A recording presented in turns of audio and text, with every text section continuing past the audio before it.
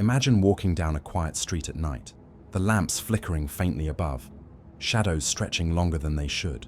A friend tells you a story about a figure who waits under bridges, or a woman who haunts mirrors, or a stranger who left behind a cryptic warning. You laugh it off, perhaps, but later, when you're alone, the story lingers. You replay it. You wonder, what if it's true? Urban legends have always lived among us. Whispers carried from mouth to mouth, shifting with time, sharpening with retelling. They aren't just stories. They are mirrors of our fears, vessels of our hopes, and blueprints of how human psychology dances with the unknown. But why do we believe them, even when reason tells us not to? Why do certain tales burrow so deeply into our minds while others vanish like smoke? Tonight, we will step inside this labyrinth of belief. Together, we'll unravel how legends form, why they cling to our consciousness, and what they reveal about the fragile, wondrous machinery of the human mind. Close your eyes if you wish. Let the world outside fall away. This is not just a study of stories, it is the story of us, the creatures who dream them, fear them, and breathe them into being. Long before ink-stained parchment, before printing presses and glowing screens, there were only voices in the dark. Imagine it, our ancestors gathered around a fire, flames licking the air, casting restless shadows on cave walls. Beyond the circle of light lay the unknown, forests thick with unseen eyes, rivers that swallowed travelers whole, nights heavy with silence, broken only by the crack of branches or the howl of wolves. In those uncertain hours, stories were born. They were not written, not even owned, but shared. Gifts passed from mouth to mouth. Some were warnings, cloaked in metaphor. Tales of spirits lurking in rivers so children would not wander too close. Creatures dwelling in the woods so hunters would tread carefully. Others were threads of wonder, painting meaning onto the unexplainable. Why did the stars appear and vanish? Why did illness strike without cause? Why did echoes seem to come from invisible beings? In absence of knowledge, stories stepped in, becoming the scaffolding for survival. Yet there was something more than just survival. The stories were alive. They pulsed with imagination, with fear, with awe. Each teller added a fragment of themselves, reshaping the tale. A hero's name might change. A monster might grow sharper claws, a wider grin, a darker motive. And as the stories shifted, so too did the people, bonding in shared belief, in the feeling that they were not alone in facing the dark. Here lies the seed of what we now call urban legends. Not modern, not urban at all in their first form, but primal. Whispers woven into the very fabric of community. A story told was a bond created, a thread linking minds together in the face of uncertainty. And because our minds are wired for patterns, wired to connect scattered dots into meaning, we did not just hear these tales, we felt them. They stirred something deep, a psychological resonance that remains even today. Close your eyes and imagine being there, tens of thousands of years ago. The fire crackles, someone leans closer, lowers their voice, and speaks of the creature that hunts in the night. You listen, your pulse quickening, not knowing where the truth ends and the imagination begins. But it doesn't matter. The story takes root, and in that moment, belief is not a choice, it is instinct. That instinct, born in darkness, has never left us. It is the ember that still glows in every urban legend we repeat today, whether whispered at sleepovers, shared in hushed voices on a late train, or spread like wildfire across glowing screens. The stage was set in the caves and forests of our ancestors, and the echoes of their whispers still follow us into the modern night. Fear is older than language. It is stitched into the marrow of our being, a gift from survival itself. When our ancestors walked the edges of jungles and deserts, fear was their compass, their shield. A rustle in the grass might mean a predator's approach. A flicker of movement in the shadows might be the beginning of an ambush. To ignore fear was to die. To listen to it was to live another day. But fear is not only a response to danger, it is also a storyteller. It fills in blanks where knowledge fails. When a shadow stretched across the cave wall, it was not just a shadow. It became the shape of something more. When footsteps echoed in the forest without a visible source, they were not just sounds. They became signs of unseen watchers. Fear sharpened the imagination, weaving survival and creativity into the same thread. This is where legends first sparked, not in fact, but in the emotional charge of uncertainty. The mind, when faced with the unknown, begins to craft answers, and those answers take the form of stories. "Do not go beyond the hill at night," a mother might whisper to her child, "for spirits guard the paths." Whether spirits existed or not did not matter. What mattered was the caution it planted, the invisible barrier that kept danger at bay. As villages grew and tribes mingled, these sparks of fear traveled farther, reshaping themselves with each retelling. A monster feared in one valley might become a spirit in the next. A sound in the trees might become a tale of winged beings who stalk the night. Fear, passed through story, became more than instinct. It became culture. And yet, here is the paradox. Fear was not only a warning, but also a lure. Just as fire both burned and warmed, fear repelled and attracted us at once. People gathered to hear tales that frightened them, leaning into the terror, feeling their hearts race. They sought the thrill of danger without the cost of its bite. Fear became entertainment, a shared ritual of trembling and laughter, a safe rehearsal of danger. The first sparks of fear gave us not only survival, but also meaning. They allowed us to step into the unknown together, to give shape to what was shapeless, to find comfort in believing that even the darkest night had a story waiting to be told. And in every urban legend whispered today, whether it is of a vanishing hitchhiker, a ghostly figure in a hotel hallway, or a faceless stranger in the crowd, the ember of those first fears still glows, waiting for us to breathe it alive again. Every legend needs a voice. Without the storyteller, a tale is just a shadow, silent, formless, waiting. But once spoken, once carried on the breath of a human voice, it transforms, it grows teeth, it grows wings, it burrows into the hearts of listeners and refuses to leave. Picture the earliest storytellers, not writers, not scholars, but figures seated by firelight, their eyes reflecting flames. Around them, a circle of listeners, children, hunters, elders, leaned closer, hanging on to every syllable. The storyteller's voice would rise and fall like a river, pausing at the right moment, stretching silence until the air itself seemed to tremble. They knew how to feed the imagination, how to shape fear into something unforgettable. These figures held power, though they may not have realized it. With words alone, they could command emotion. They could make the bravest warrior's pulse quicken. They could make a child see shapes in the dark that weren't there. They could make an entire community believe that the unseen had laws, that the dangerous had boundaries, that the unknown could be named. And as the story passed from one mouth to another, it grew. The teller might exaggerate, bending the details to stir stronger reactions. A shadow might become a creature, a noise might become a cry, an ordinary man might become a hero or a warning. The storyteller was not just repeating, they were creating, reshaping raw fear into myth, myth into legend. The psychology of it is simple, though we rarely notice it. Stories are sticky because they hook into what we already fear, what we already desire. The storyteller wields these threads like a craftsman. They tap into memory, pull on imagination, and amplify emotion until belief feels natural. Even now, in the digital age, the power of the storyteller has not faded. Think of how quickly a rumor spreads online, how one eerie video or whispered tale can ripple across millions of minds in days. The medium has changed. Screens instead of firelight, comment sections instead of cave circles. But the psychology remains the same. The storyteller is still among us, shaping what we believe, what we fear, and what we whisper to each other in the quiet hours. And here is the secret.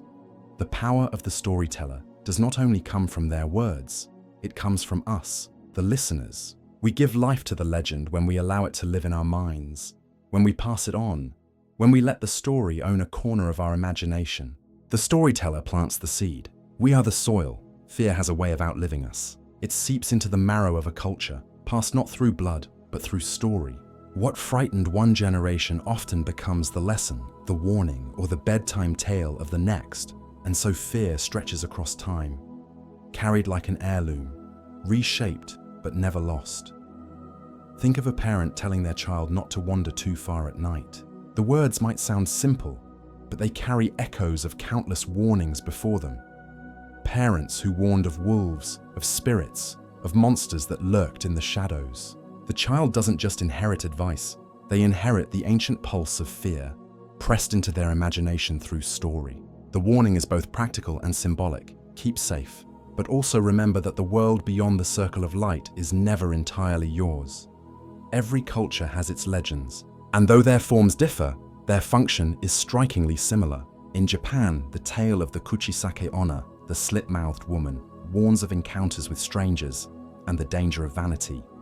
In Europe, medieval tales of the wild hunt cautioned against wandering into storms at night. In Africa, the tales of trickster spirits and shapeshifters warned children not to stray from the village. Across continents, across centuries, the faces of the monsters change, but the purpose is constant. Fear is passed on, encoded in narrative, shaping behavior. But something curious happens in this passing of fear. It does not weaken, it often strengthens. With each retelling, details are sharpened, expanded, dramatized. The story mutates like a living organism, adapting to the anxieties of the time. A tale once about wolves at the forest's edge might evolve into one about strangers in cities. A spirit once tied to a river might reappear in the flickering of streetlights. Legends survive because they are not fixed. They grow with us, and so, generation by generation, fear is carried forward. We inherit it like an invisible map of caution, a shared mythology etched into our collective mind. And though we may laugh at these stories, dismiss them as old-fashioned or superstitious, they linger. They shape the way we cross a dark street. They whisper to us when we hear footsteps in an empty hallway. They remind us that the line between belief and imagination is thinner than we like to admit. In this way, fear is not just survival's tool, it is culture's glue. It binds us to our ancestors, to the ones who first trembled in the dark. Their fears are still alive, breathing in the stories we tell and retell. We may live in cities of concrete and glass, with lights that stretch into the night sky, but the echoes of those ancient whispers follow us still. And every urban legend we pass on is proof that fear has found a way to outlast even time itself. Stories do more than entertain. They shape the way we see the world. In ancient times, myths were not just tales. They were maps, invisible guides that helped people navigate a landscape filled with danger, uncertainty, and mystery. And as these myths evolved into what we now call urban legends, they continued to function as a kind of map, teaching us where not to walk, whom not to trust, what dangers might lurk just out of sight. Imagine a child being told, "Don't swim in the river after dusk, the water spirits will take you." On the surface, it is superstition, but beneath it lies practical wisdom. Rivers at night are treacherous, currents unseen, drowning always a risk. The myth is not literal, but it creates a map of behavior, an unspoken geography of caution. Legends of haunted crossroads kept travelers wary of ambushes. Tales of cursed houses warned communities of dangers within their walls, whether sickness, crime, or betrayal. The map is not drawn in lines or symbols, it is drawn in fear. Wherever a story says danger lives, people hesitate, and so the myth organizes the unknown, giving shape to formless threats. It tells us where to step lightly, where to avoid, where to gather close. Even today, the same map guides us, though the terrain has shifted. Instead of rivers and forests, our legends now haunt highways, abandoned buildings, suburban basements, and the glowing space of the internet. We still create maps of danger through story, still chart our fears onto the landscape around us. But there is another side to this mapping. Myths and legends not only mark danger, they create it. Once a story takes hold, the place it names becomes charged. A lonely road becomes more frightening if people say it is haunted. A hotel room becomes uncanny if it is rumored that someone never left it. Fear bends reality, reshaping how we move through space. The myth doesn't just map the world, it remakes it. This is the subtle psychology of urban legends. They whisper, "Here is where you should not go. Here is where the world turns strange." And even if we do not fully believe, we act as if we do. We avoid the basement at midnight. We hesitate at the crossroads. We glance twice in the rearview mirror. The myth has become a compass, one that points not north or south, but toward the fragile boundary between the known and the unknown. In this way, myths and legends remind us that we are still explorers in our own world. No matter how much science we build, no matter how many lights we string into the night, there will always be spaces left uncharted, and stories will always be the maps we draw across them. Maps not of geography, but of the human mind. Urban legends do not only warn us of danger or paint maps of fear, they also bind us together. A story is never just words, it is an act of connection. To tell a legend is to share an experience, even if neither teller nor listener has ever lived it.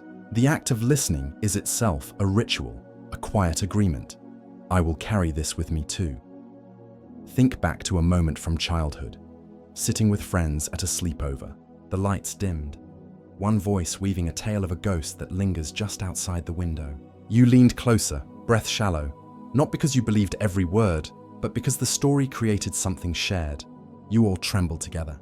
You all laughed nervously at the same moment. That memory isn't only about fear, it's about belonging. Legends spread best when they are told in groups, around a fire, in a classroom, on a bus ride, through late-night messages passed on a glowing phone screen.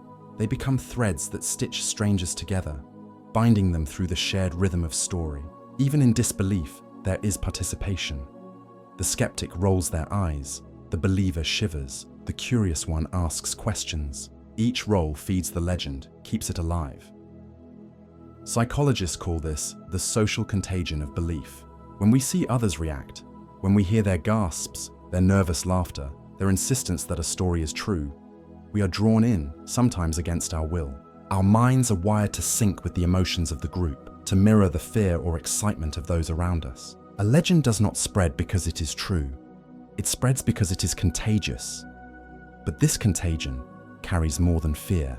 It carries identity. Communities often craft legends that reflect their values, their boundaries, their unspoken rules. A small town might whisper of a haunted bridge that no one crosses at night, not just to thrill each other, but to mark a shared territory, to say, this is ours, and we know its secrets. A city might have tales of tunnels beneath its streets, of forgotten figures who still roam them, giving citizens a sense of mystery woven into the fabric of their daily lives. Legends become part of cultural DNA, shaping how groups see themselves and what they believe about the world. In this way, legends are more than entertainment. They are social glue. They hold people together, not only through shared fear, but through shared storytelling. They remind us that we are part of something larger, that we walk streets already layered with stories, that we are never alone in our imaginations. And perhaps this is why, even in the age of endless facts and explanations, we still gather around modern fires, glowing screens, podcasts, online threads, to tell each other the same kinds of stories our ancestors once whispered. Because deep down, what we crave is not only the thrill of the unknown, but the comfort of knowing someone else is listening with us. A story is never just a story. Once it enters the mind, it lingers, reshaping thought, bending decisions, nudging us in ways we often don't notice. Urban legends, in particular, have a strange power. They influence how we behave, not through law or force, but through suggestion. They whisper at the edges of our choices, steering us without us realizing. Consider the classic tale of the vanishing hitchhiker. A traveler picks up a stranger on a lonely road. The hitchhiker speaks little, sometimes not at all. When the car reaches its destination, the passenger has vanished, leaving behind only a chill or a forgotten item. This story has been told across continents, across generations. And while we might not truly believe in ghosts, the legend plants a seed. Perhaps it isn't wise to stop for strangers at night. Perhaps the road holds more than headlights reveal. Or think of the countless legends about poisoned candy on Halloween, whispered warnings that strangers tamper with treats. Year after year, parents repeat the story. And as a result, children's candy is inspected. Neighborhood trust is laced with suspicion. Whether the danger is real or not, the behavior changes. The story has power not because of its truth, but because of its effect. This is the psychology of suggestion at work. When we hear a legend, our minds simulate its reality. We picture the moment, feel the fear, and our brains do not easily separate imagined risk from real risk. The amygdala, the brain's fear center, responds to both fiction and reality with similar pulses of caution. And once caution is triggered, behavior shifts. We cross the street sooner. We check the back seat of the car. We hesitate before walking into an empty building. Legends also act as invisible rules within communities. In rural villages, stories of spirits in the woods might keep children close to home. In cities, tales of cursed subway tunnels might deter wandering into restricted areas. In digital spaces, rumors of haunted websites or cursed videos can stop people from clicking links or lure them into testing the myth for themselves. Either way, behavior bends around the story. But perhaps the most fascinating thing is this: even skeptics are not immune. We may laugh at a tale, dismiss it with reason, yet still find ourselves hesitating. still feeling the tug of the legend when we are alone in the right setting. It is one thing to declare disbelief in daylight. It is another to face the whisper of the story in the silence of midnight. Legends bypass logic and tap directly into instinct. So when we ask, why do people believe urban legends? Perhaps belief is the wrong word. It is not about belief, it is about behavior. Legends don't require faith. They require only that we act as though they might be true. And in that subtle shift of behavior, in the way we drive, walk, look, or even breathe, the story has already won. Every legend is anchored to somewhere: a lonely road, a bridge over dark water, an abandoned house with windows like hollow eyes. Place is not a backdrop, it is the stage, the soil from which the story grows. Without place, a legend drifts like smoke. With place, it takes root. Think of the way stories attach themselves to landscapes. A forest is not just trees, it is where someone once vanished, where lights are seen flickering without fire, where voices echo with no mouths to speak them. A hotel is not just a building, it is where someone checked in and never checked out, where a room carries whispers through its walls. The place becomes charged, a living presence shaped by the legend. Psychologists call this the topography of fear, how our minds map emotion onto geography. A street corner becomes threatening if it is said to be haunted. A bridge becomes uncanny if people whisper of a woman who waits beneath it. The place itself has not changed, but our perception of it has. The legend overlays reality like a second skin, and places help legends spread because they are tangible. You can point to the road, to the house, to the tunnel. You can visit if you dare. This concreteness makes the story harder to dismiss. It's one thing to hear about a ghost somewhere. It's another to hear that the ghost lives just down the street. Suddenly, the legend is not distant. It is local, woven into the world you walk every day. Urban legends thrive on this intimacy. They turn ordinary locations into liminal spaces, thresholds where the familiar tilts toward the strange. The diner where you eat becomes the place of the killer cook tale. The underpass you drive through becomes the stage of phantom footsteps. Once a story roots itself in a place, that place is never the same again. And the effect lingers even when belief fades. Many who no longer believe in ghosts still avoid certain buildings, still feel uneasy crossing certain bridges, still shiver when they pass certain empty lots. Place remembers what story has written into it. The legend stains the landscape, and the stain is hard to wash away. This is why urban legends are so enduring. They are not only carried in minds, they are carried in streets, buildings, forests, rivers. They shape the way we move through the world, subtly redirecting our steps. Place is their anchor, and we are their pilgrims, walking again and again through the maps they have drawn across our reality. What makes an urban legend powerful is not its accuracy, but its believability. It hovers in that twilight zone where fact and fiction blur, where possibility hangs in the air like mist. The listener is left asking, could this really have happened? And the answer doesn't need to be yes, it only needs to be maybe. This fragile line between truth and fiction is where legends live and thrive. Unlike myths of gods or distant fables, urban legends often dress themselves in the clothing of reality. They use everyday settings, your neighborhood street, your school, your workplace, and they speak in the cadence of lived experience. A friend of a friend saw it. It happened just outside town. These phrases act as bridges, pulling the impossible into the realm of the possible. Psychologists call this the plausibility effect. Our brains are more likely to store and recall information that feels close to our lived reality.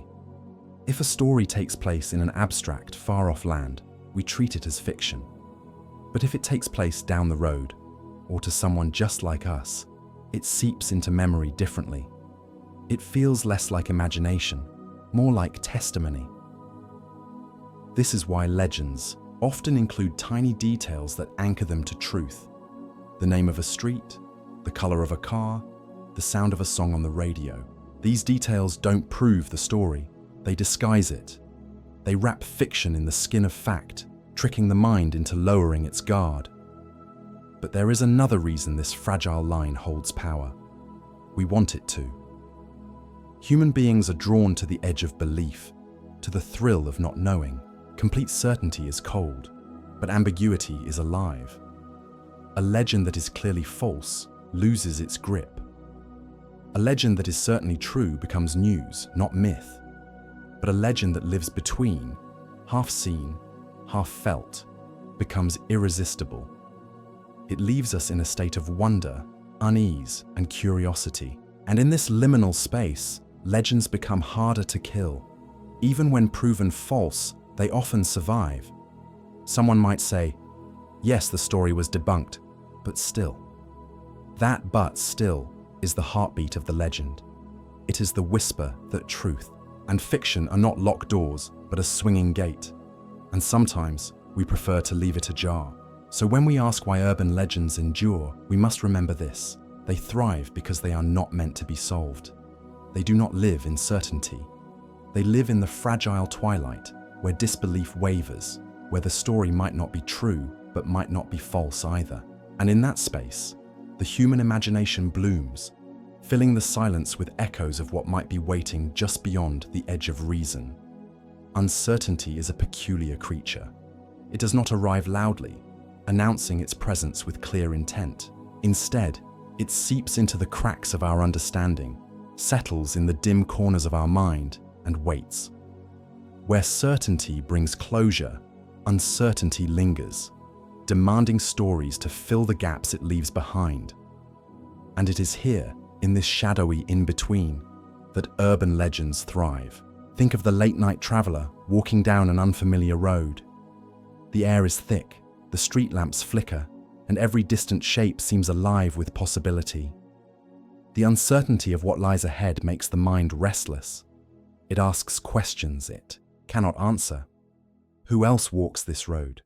What hides in the darkness just beyond vision? In such moments, uncertainty transforms ordinary experiences into canvases for imagination. A shifting shadow becomes a lurking figure. A stray sound turns into a whispered warning. Urban legends exploit this fertile ground. They are, in many ways, answers offered to questions that have none. Why do bad things happen without warning? Why do strangers sometimes appear with strange intentions? Why does the familiar world occasionally tilt into the surreal? Uncertainty demands resolution, and legends provide it, not through evidence, but through narrative. Consider the story of the man under the bed, a tale told in hushed tones, especially among children. The uncertainty of nighttime, the dim, the hidden, the unknown, creates a breeding ground for this belief. The legend is not believed because it is logical, but because it resolves uncertainty by giving shape to what cannot be seen. The unknown is no longer an empty void. It is a man, waiting in the dark. Fearful, yes, but tangible. Psychologically, this connects to our brain's need for closure. Humans are pattern seekers by design. We cannot tolerate gaps in understanding. For long, the mind instinctively stitches stories to bridge them. When facts are scarce, myths step in. Urban legends are not errors in thinking, but survival mechanisms. Our brains attempt to build a coherent world, even from incomplete pieces. Uncertainty also breeds vulnerability. When we don't know what is true, we are more likely to accept what others say. This is why rumors travel so quickly in times of crisis. Why whispers about poisoned candy or dangerous strangers spread with such urgency. The uncertainty of what we cannot confirm makes us cling to stories that feel plausible, even if they are not proven. Yet, there is another side. Uncertainty does not only breed fear, it creates wonder. The same unknown that conjures terrors also opens the door to the extraordinary. Stories of phantom hitchhikers, haunted houses, or cursed objects are frightening. Yes, but they also make the ordinary shimmer with mystery. The bus stop, the abandoned building, the broken mirror, suddenly, each becomes more than itself. In this way, uncertainty is not the enemy of belief, but its foundation. It is the soil from which legends sprout, watered by curiosity, fertilized by fear. Without uncertainty, there would be no need for urban legends at all. Certainty leaves no room for the whispers that echo at the edges of knowledge, and perhaps this is why urban legends never truly die. Even when debunked, even when disproven, they persist. For as long as the world holds shadows we cannot explain, the stories will return, reshaping themselves to fit the uncertainties of each new age. Uncertainty is the quiet architect of the myths we share. It reminds us that the line between truth and fiction is not always drawn in facts, but in the restless places of the human mind. And in those restless places, a story whispered in the dark can become as real as anything we see in the light. At the heart of every urban legend lies an unspoken question. Who can you trust? This question ripples beneath the surface of the tales, shaping their form, fueling their spread. Urban legends are not only about the monsters in the dark or the accidents waiting to happen. They are about the people around us and the uneasy tension between trust and suspicion. Humans are social creatures, bound together by networks of cooperation. To survive, we must rely on others. Yet that reliance comes with risk. Every handshake, every shared meal, every borrowed kindness carries the possibility of betrayal. Urban legends live inside this fragile balance. They exaggerate the risks of misplaced trust, turning whispers of suspicion into dramatic cautionary tales. Consider the ever-present story of strangers with candy, the tale that reappears every Halloween in one form or another. It is a story not about candy itself, but about mistrust, about the hidden dangers in something offered freely. The candy becomes a metaphor for kindness that conceals harm. Beneath the story is an ancient warning. Not everyone who smiles at you is a friend. Or take the hitchhiker stories. Some are benevolent. The stranger disappears, leaving behind a jacket, a note, or a revelation that they were never alive at all. Others are sinister. The hitchhiker is dangerous, or the driver themselves is the threat. Each variation explores the fragile trust between strangers who share an enclosed space, illustrating how that trust might be betrayed or transcended. Psychologically, legends rooted in mistrust are a mirror of collective anxieties. In times when societies feel fractured, when institutions fail, when neighbors grow suspicious of one another, these stories surge. They serve as cultural diagnostics, echoes of what people fear most about each other. When the community feels safe, the legends lean whimsical or ghostly. When the community feels threatened, the legends become violent, filled with deceit and cruelty. But it is not only mistrust that fuels these tales. Trust itself plays an equally crucial role. For a legend to spread, the teller must be believed, at least partially. Urban legends rarely come as first-person confessions. They arrive as whispers. A friend of a friend saw this. They say it happened just across town. This structure simultaneously distances the teller from the event and establishes a bond of trust with the listener. We believe not because the story is verified, but because it comes from within the circle of our social web. This paradox, trusting stories about mistrust, shows how deeply our minds crave balance between fear and connection. Legends often reinforce social rules under the guise of mistrust. They tell us not to wander alone at night, not to accept gifts from strangers, not to disobey parents. They make caution feel less like a choice and more like survival. At the same time, legends also offer a strange kind of unity. Even as they warn us of betrayal, they draw us together in the act of sharing. To whisper a frightening tale by candlelight, to repeat a rumor with nervous laughter, is to bond over common vulnerability. Legends remind us that though mistrust exists, we face it collectively. The story itself becomes a bridge of trust between teller and listener, even as the content warns against others. And so, urban legends embody both sides of the coin. They reveal the dangers of misplaced faith in strangers, but they also affirm the importance of trust within the community. They are simultaneously symptoms of mistrust and acts of trust. In the end, the psychology of social trust and mistrust is not about choosing one over the other. It is about navigating the delicate tension between them. Legends thrive in this space, teaching us that trust is necessary but never absolute, and mistrust is protective but never complete. And so the stories continue, balancing us on the thin line between faith in others and fear of betrayal. There is a peculiar comfort in explanation, even when the explanation itself is terrifying. To know why something might have happened, even through a story half true, half invented, is to ease the ache of not knowing at all. And this, perhaps more than anything, is the true gift of urban legends. They give shape to chaos, they place logic in the illogical, and they provide answers in the silence where reality offers none. Our minds are not built for disorder. To exist in a world without cause is to be adrift, vulnerable. Why did that young girl disappear while walking home? Why did the neighbor suddenly move away in the middle of the night? Why does the old house at the corner remain empty, though its structure is sound? These are questions that do not always yield answers.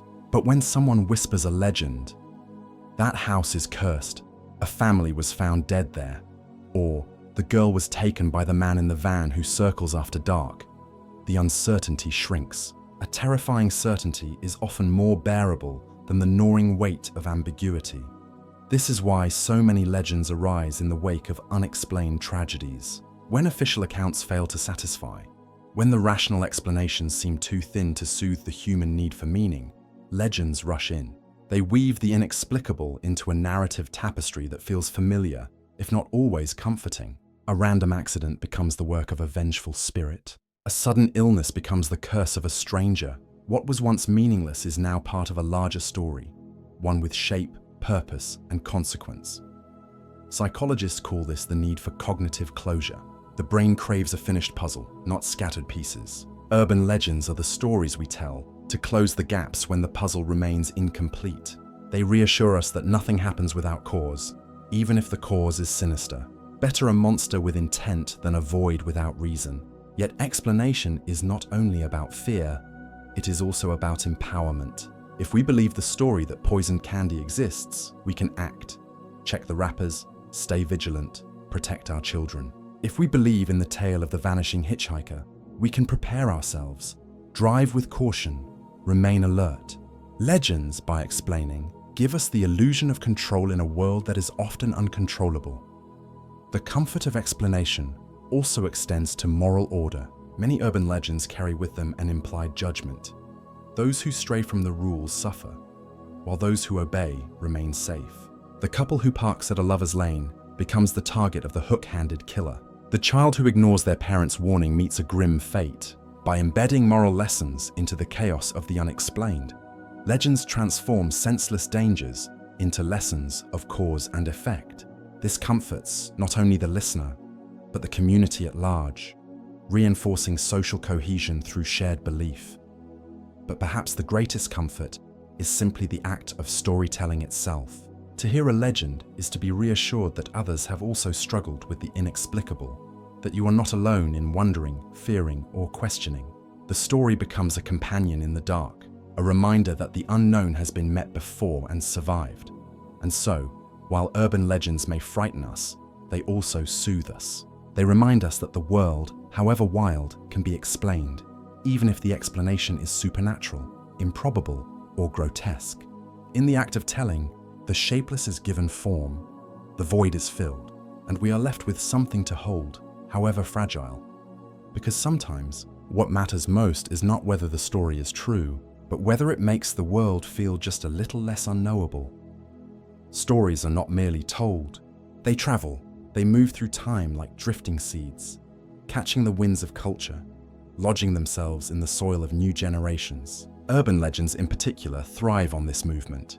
They are designed not to remain still but to be carried, whispered, retold, reshaped, an inheritance of shadows passed from one age to the next.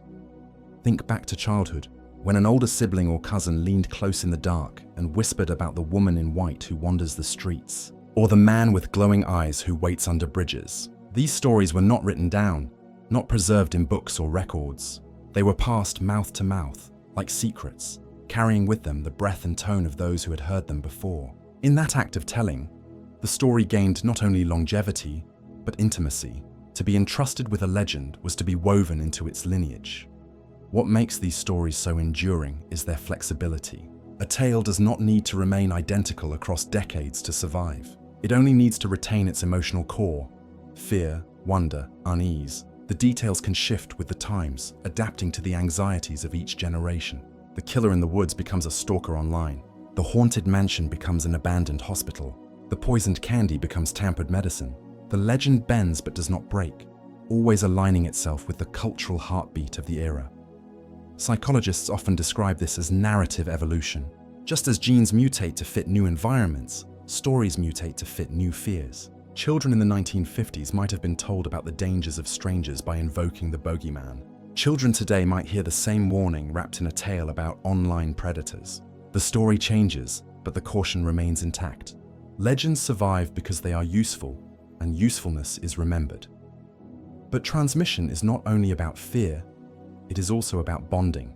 To tell an urban legend is to participate in a ritual, a shared act of imagination that connects the teller and the listener. Parents warn children with stories, not only to protect but to connect. Friends share legends during sleepovers, binding their fear into laughter and camaraderie. Each retelling is a performance, an act of belonging. In this way, urban legends are not only lessons, but heirlooms. Generational transmission also explains why some legends never seem to die. The details blur, the names change, but the skeleton remains. Somewhere, a child is still being told not to wander into the woods, not to trust the smiling stranger, not to ignore the quiet voice of caution. Legends become cultural echoes, reminders that even in the modern world, the old fears linger, and the act of passing them down grants them power. A story told by a peer may entertain, but a story told by someone older carries authority. It becomes not just a tale, but a truth handed down, weighted by age and tradition. Even if we later grow skeptical, the stories we inherit in youth leave imprints too deep to erase. They live in the subconscious, shaping the way we see alleys, mirrors, abandoned houses, and strangers' smiles. So, urban legends are more than curiosities. They are cultural bridges. They carry the anxieties of one generation into the next, reframing them in words and images that resonate with new fears. They are the threads that connect us not only to each other, but to those who came before, who whispered the same warnings into the night. And in this chain of storytelling, we glimpse something timeless. The human need not just to explain the unknown, but to pass that explanation forward, ensuring that no one walks into the darkness alone. A story alone may stir curiosity, but a story echoed by many becomes a truth. This is the strange and subtle alchemy of collective reinforcement, the process by which an urban legend, repeated often enough, transforms from rumor into certainty, from whisper into conviction. In this way, legends do not simply survive on their own. They are fed, nurtured, and solidified by the voices of the crowd. Think of the way a tale grows in a schoolyard. One child whispers of a haunted bathroom stall, of footsteps heard when no one is inside. Alone, the story is fragile, easily dismissed. But by the time it has passed through a dozen mouths, details have been added, personal experiences remembered, the narrative sharpened. Soon, the stall is avoided, not because anyone has proven the haunting, but because everyone else believes it. The collective weight of agreement makes the story heavier than any fact could. This phenomenon is rooted deeply in psychology. Humans are social learners. We look to others for cues on what to believe, how to act, what to fear. When many people agree on something, even without evidence, the brain interprets it as more credible. This is the power of consensus, and legends thrive upon it. The more often a tale is retold, the more plausible it feels, not because it is true, but because it is shared.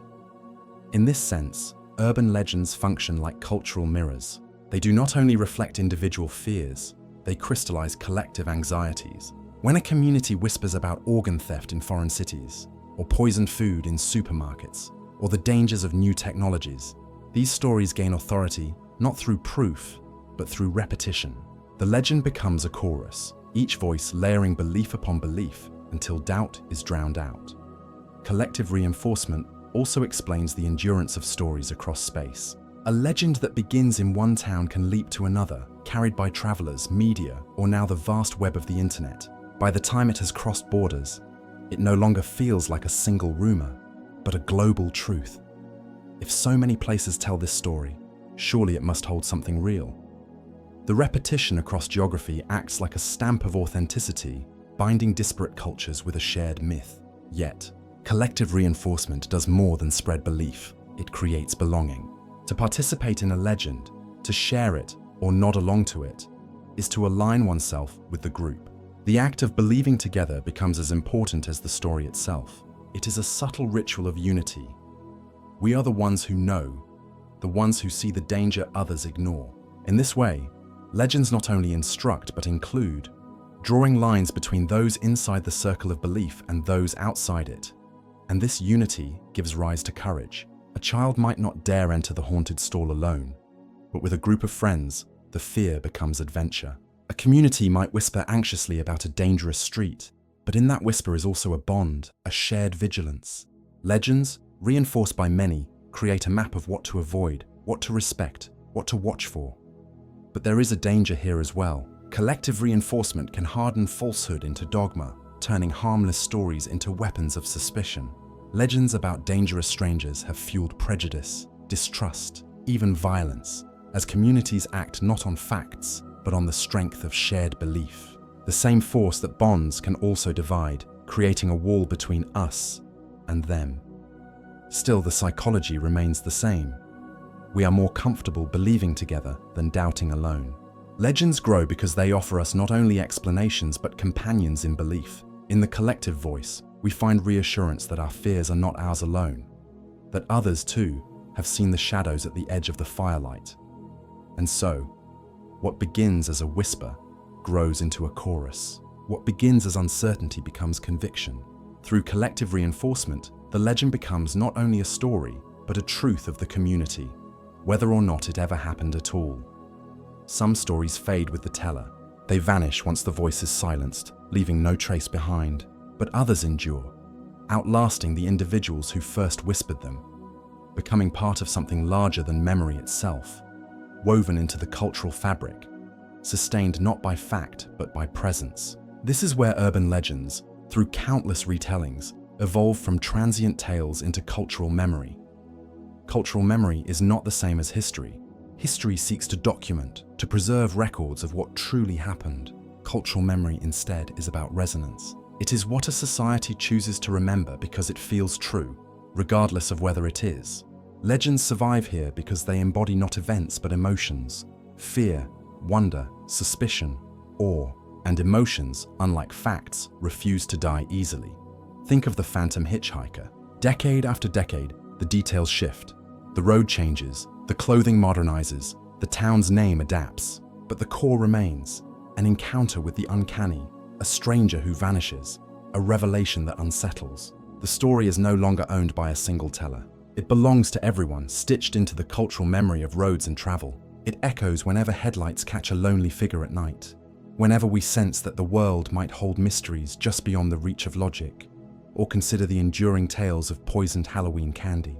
Year after year, despite studies and statistics proving their rarity, the legend is reborn. Parents check candy, communities warn each other, and media outlets revive the caution. The story has become part of the ritual itself, not because it is true, but because it symbolizes deeper cultural anxieties about safety, trust, and the vulnerability of children. The legend is the memory, inseparable from the tradition. The process of embedding into cultural memory happens subtly. It begins with a whisper, grows through repetition, and solidifies when the story is retold not as possibility, but as inevitability. When a tale no longer needs an introduction, when it is simply known, it has crossed the threshold. The legend is no longer just a narrative. It is a symbol, an anchor for shared feelings. Psychologically, this process fulfills a deep need for continuity. Humans are not satisfied with fleeting fears. We want our anxieties to have lineage, to belong to something greater than ourselves. Legends give us that. They are containers for collective unease, repositories of caution and imagination, passed down like heirlooms. And in holding on to them, societies remind themselves of what they fear, what they value, and what they wish to protect. But cultural memory also grants legends a kind of immortality. Even when debunked, even when ridiculed, they linger in the background of thought. They shape behavior long after belief has weakened. Few truly believe in the hook-handed killer lurking near lovers' lanes, yet the caution endures. Don't linger too long in places where danger might find you. Few may fully trust in cursed objects, yet the unease remains when handling something old, something with history. The legend, even in disbelief, leaves a trace. And so, what began as a single story becomes a cultural echo chamber, reverberating through time. Legends do not need truth to survive. They need only to embody something unforgettable. Fear of strangers, fear of the unknown, fear of consequences. These are eternal, and so the stories that capture them live on, becoming part of the unseen architecture of culture itself. In this way, urban legends are not merely entertainment, not merely warnings. They are cultural memories, threads that connect generations, mapping not what happened but what we have always felt. And perhaps that is their greatest power. They remind us that while facts change and years pass, the human heart continues to beat in rhythm with the same old fears, the same old fascinations, the same old need for stories in the dark. Fear is older than language, older than story. It is stitched into the fabric of our biology, pulsing beneath thought, guiding action before reason has the chance to intervene. Urban legends, in their essence, are not inventions of culture alone. They are reflections of something deeper, our primal, instinctive machinery of fear. Consider the moment you hear an unfamiliar noise in the dark. Your body reacts before your mind does. The heart quickens, pupils dilate, muscles tense. This reaction is not a choice, it is an inheritance. Deep in the architecture of the brain lies the amygdala, the sentinel that detects threat. Long before we ask what was that sound, our biology has already decided. Prepare. Urban legends thrive on this biological instinct. They are constructed to bypass logic and hook directly into the body's alarms. The tale of a killer in the back seat makes your pulse race, not because you believe it has happened, but because the image activates survival pathways. A soundless passenger behind you, unseen, is a predator's shadow, and the body reacts as though the danger is real. This explains why fear often feels involuntary. We can laugh at the absurdity of a story, dismiss its implausibility, yet still feel the hairs rise on the back of our neck. Legends are not always believed at the level of intellect, but they are believed at the level of flesh. The body cannot easily distinguish between imagined threats and real ones. To it, a story whispered in the dark is enough to summon trembling hands and pounding hearts. The origins of this instinct are ancient. For our ancestors, fear was survival. A rustle in the grass might be wind, or it might be a predator. Better to flee unnecessarily 100 times than to miss the one time it was real. This asymmetry shaped our minds into fear-sensitive instruments, attuned to danger even in ambiguity. Urban legends exploit this sensitivity, weaving scenarios that play upon our natural hypervigilance. A knock at the door, a mirror at midnight, an abandoned road. Each becomes a stage for primal fear. Yet biology alone does not explain the endurance of these stories. Fear is not only a private alarm but a social one. When one person reacts to danger, the group watches, listens, and learns. This is why legends spread. They are not just entertainment, but warning systems encoded in narrative. To tell of the vanishing hitchhiker or the cursed object is to participate in a collective defense mechanism. The fear is shared, and in being shared, it becomes survival strategy. But there is another layer: pleasure. Strange as it seems, fear is not only something we avoid, but something we seek. The biology of fear floods the body with adrenaline and endorphins, sharpening the senses, creating intensity. Urban legends allow us to experience this thrill safely. We sit in the circle of light, tell the tale, and let our bodies tremble, knowing all along that we are, in truth, secure. This paradox, fear as both danger and delight, explains why the stories endure long after their cautionary function fades. At its core, fear is not an enemy but an ally.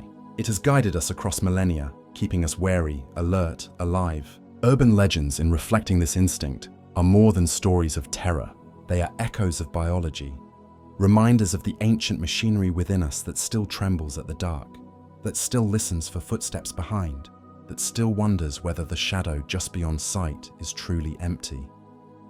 The hum of existence is something you rarely notice, like the faint ringing in your ears when the room is still, or the mechanical sigh of a refrigerator that blends into the air until silence cuts it off.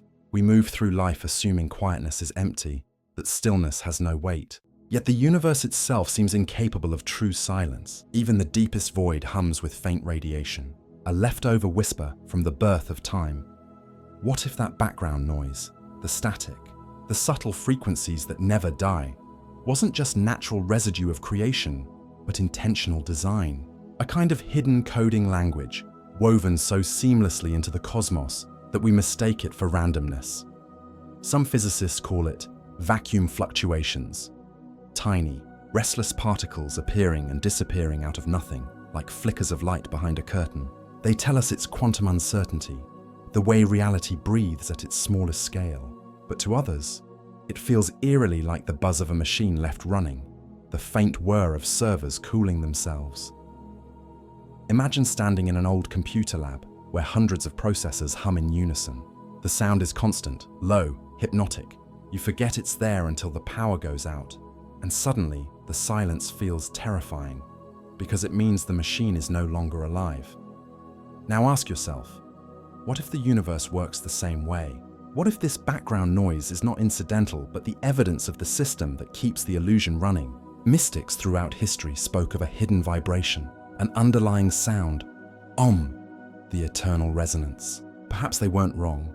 Perhaps what they called spirit, or the divine pulse, is the same thing modern physics labels vacuum energy. Only from their perspective, it was not just matter, it was meaning. If we truly lived in a natural, independent universe, silence should exist somewhere. But no matter how far telescopes peer, no matter how deep sensors dive, the signal never vanishes. There's always a low murmur, as if reality refuses to shut itself completely off. Here's the unsettling thought. In a simulation, nothing can ever fully stop. A running system must maintain a baseline activity, even when nothing is happening, because nothing is still being computed. The empty fields, the dark corners of space, even the silence between your breaths, all of it is still data, still processed, still buzzing in the invisible framework. You hear it sometimes when you're lying awake at night. That ringing tone in your ears, the one you think is biological, just neurons misfiring. But maybe it's not entirely biological. Maybe it's the noise of the system itself bleeding into your perception. Like interference on an old radio. The noise behind the silence might be the universe's way of reminding us. Nothing is ever truly empty. There is always a hum, always a code, always something running in the background, whether you acknowledge it or not. And if that hum is not random, but deliberate, then perhaps it is the softest, most undeniable evidence that we are not just observers of reality, but players inside its machinery. Every world built by code carries with it the possibility of imperfection. A stray pixel, a frozen frame, a character repeating the same motion endlessly in the corner of the screen. Small ruptures that reveal the machinery beneath the illusion. In the digital spaces we create, these are accidents, signs of something slipping out of place. But what if our universe carries its own glitches, woven not into the games we play, but into the reality we live? You've seen them perhaps, though you brush them off. A face in the crowd that feels duplicated, too similar, as if someone copied and pasted them into existence. The déjà vu so strong you could swear you're rewatching a scene you've already played out. A bird frozen in mid-flight in a photograph, its wings blurred in impossible symmetry, like a frame stuck on pause. These are fleeting moments, quickly rationalized, but they leave behind a residue, an itch in the mind that whispers, something isn't quite right. Physicists tell us reality is smooth, continuous, but at the quantum level, things don't behave like that. Energy doesn't flow in a perfect stream. It jumps in discrete packets, like frames in an animation. Even time, they speculate, might not be seamless but granular, ticking forward in invisible increments. If that's true, then the smoothness we perceive is only an illusion, like motion in a movie reel, where still frames rush so fast they trick our eyes into believing they're alive. Now, imagine if the glitches we encounter, the déjà vu, the repeating patterns, the sense of time folding in on itself, aren't just quirks of the brain, but signs that the system occasionally stutters, like a skipped frame in a simulation too complex to run flawlessly. History itself has examples. A Roman poet once wrote of soldiers in battle seeing phantom armies mirrored above them in the sky. In 1978, in a small French town, dozens reported witnessing the same looping scene play out on the road. Cars driving past, people walking and then repeating again, exactly as before, as if reality hiccuped. Psychologists call these mass illusions, but illusions are code words for things science can't neatly explain. Even stranger are the numbers. Physicists searching for the laws of the cosmos find mathematical constants appearing everywhere, as though the universe is written not in chaos, but in language, an elegant, precise script. It raises the question, is math the description of the universe or the source code behind it? Glitches, then, may be less about accidents and more about moments when we glimpse the scaffolding behind reality, when the curtain lifts just slightly and we see not the stage, but the wires and pulleys holding the set together. The unsettling thought is not whether glitches exist. They do, in our lives, in our memories, in the way reality sometimes repeats itself with unnerving precision. The unsettling thought is what they imply. Because a glitch is not just an error, it's proof that something is running, something designed, something fallible. And if the universe glitches, then maybe, just maybe, it is not the seamless, eternal truth we were told it was. Maybe it is only a simulation running on borrowed perfection, occasionally slipping, reminding us that even gods of code cannot hide every crack. Imagine standing close to a painting, so close that the strokes of the brush, the grain of the canvas, the flecks of pigment all become visible. Step back, and the illusion resolves itself. A landscape, a portrait, a world painted into being. Reality may function in the same way.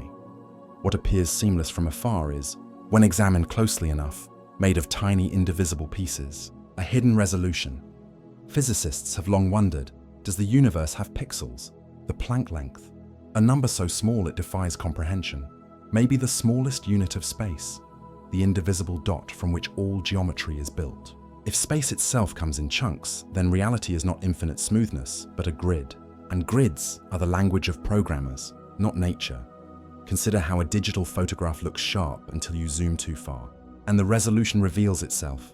Squares, boundaries, structure. Could the universe work the same way? At the cosmic scale, stars flow like rivers of fire. Galaxies spin in perfect spirals. But at the smaller scale, beneath atoms, beneath quarks, we may find a lattice, a resolution limit, a boundary telling us, beyond this, there is no smaller. Beyond this, the code does not render. Even time may have resolution. To us, it feels continuous, flowing endlessly forward. Neuroscience experiments show that our brains often decide before we do. Electrical signals spark fractions of a second before we become conscious of a choice. The decision exists first in the code of neurons, then ripples up to awareness, where we claim it as our own. If this is true, then even without simulation, our freedom is thinner than we believe. We are passengers watching choices arise from machinery we cannot see. Now stretch that machinery outward. Imagine the code of the universe itself. The physics, the probabilities, the hidden algorithms, deciding the shape of every moment. We think we are steering, but perhaps we are simply flowing along the current of a program too complex to resist. This thought explains why history feels cyclical. Civilizations rise, collapse, repeat. Individuals make the same mistakes across generations. Patterns echo, as though the script has limited variations and we play them endlessly. Our rebellions, our revolutions, even our tragedies. What if they are only lines in the program, replayed with different costumes, different names? And yet the sensation of choice is undeniable. You are here listening, deciding whether to continue. That experience of freedom may be the most important feature of the simulation. Not because it is real, but because it feels real. A game is only engaging if the player believes their choices matter. Perhaps the designers of reality built the same principle into existence. An illusion of choice so immersive it becomes indistinguishable from the real thing. But then comes the darker question. If our will is limited, why were we given the illusion at all? Is it mercy to make the game bearable? Is it necessity to allow us to play our roles without despair? Or is it a cruel trick, a way of keeping us invested in a story we never had power to alter? The limits of free will do not diminish the beauty of choice. They amplify it, because if freedom is only partial, then every act of rebellion, every refusal to follow the obvious path becomes more precious. To carve even the smallest line outside the code is to resist the stage itself. It is to prove, however briefly, that players can sometimes reach beyond the script. So, perhaps the question is not whether we have free will, but how much of it we are willing to claim.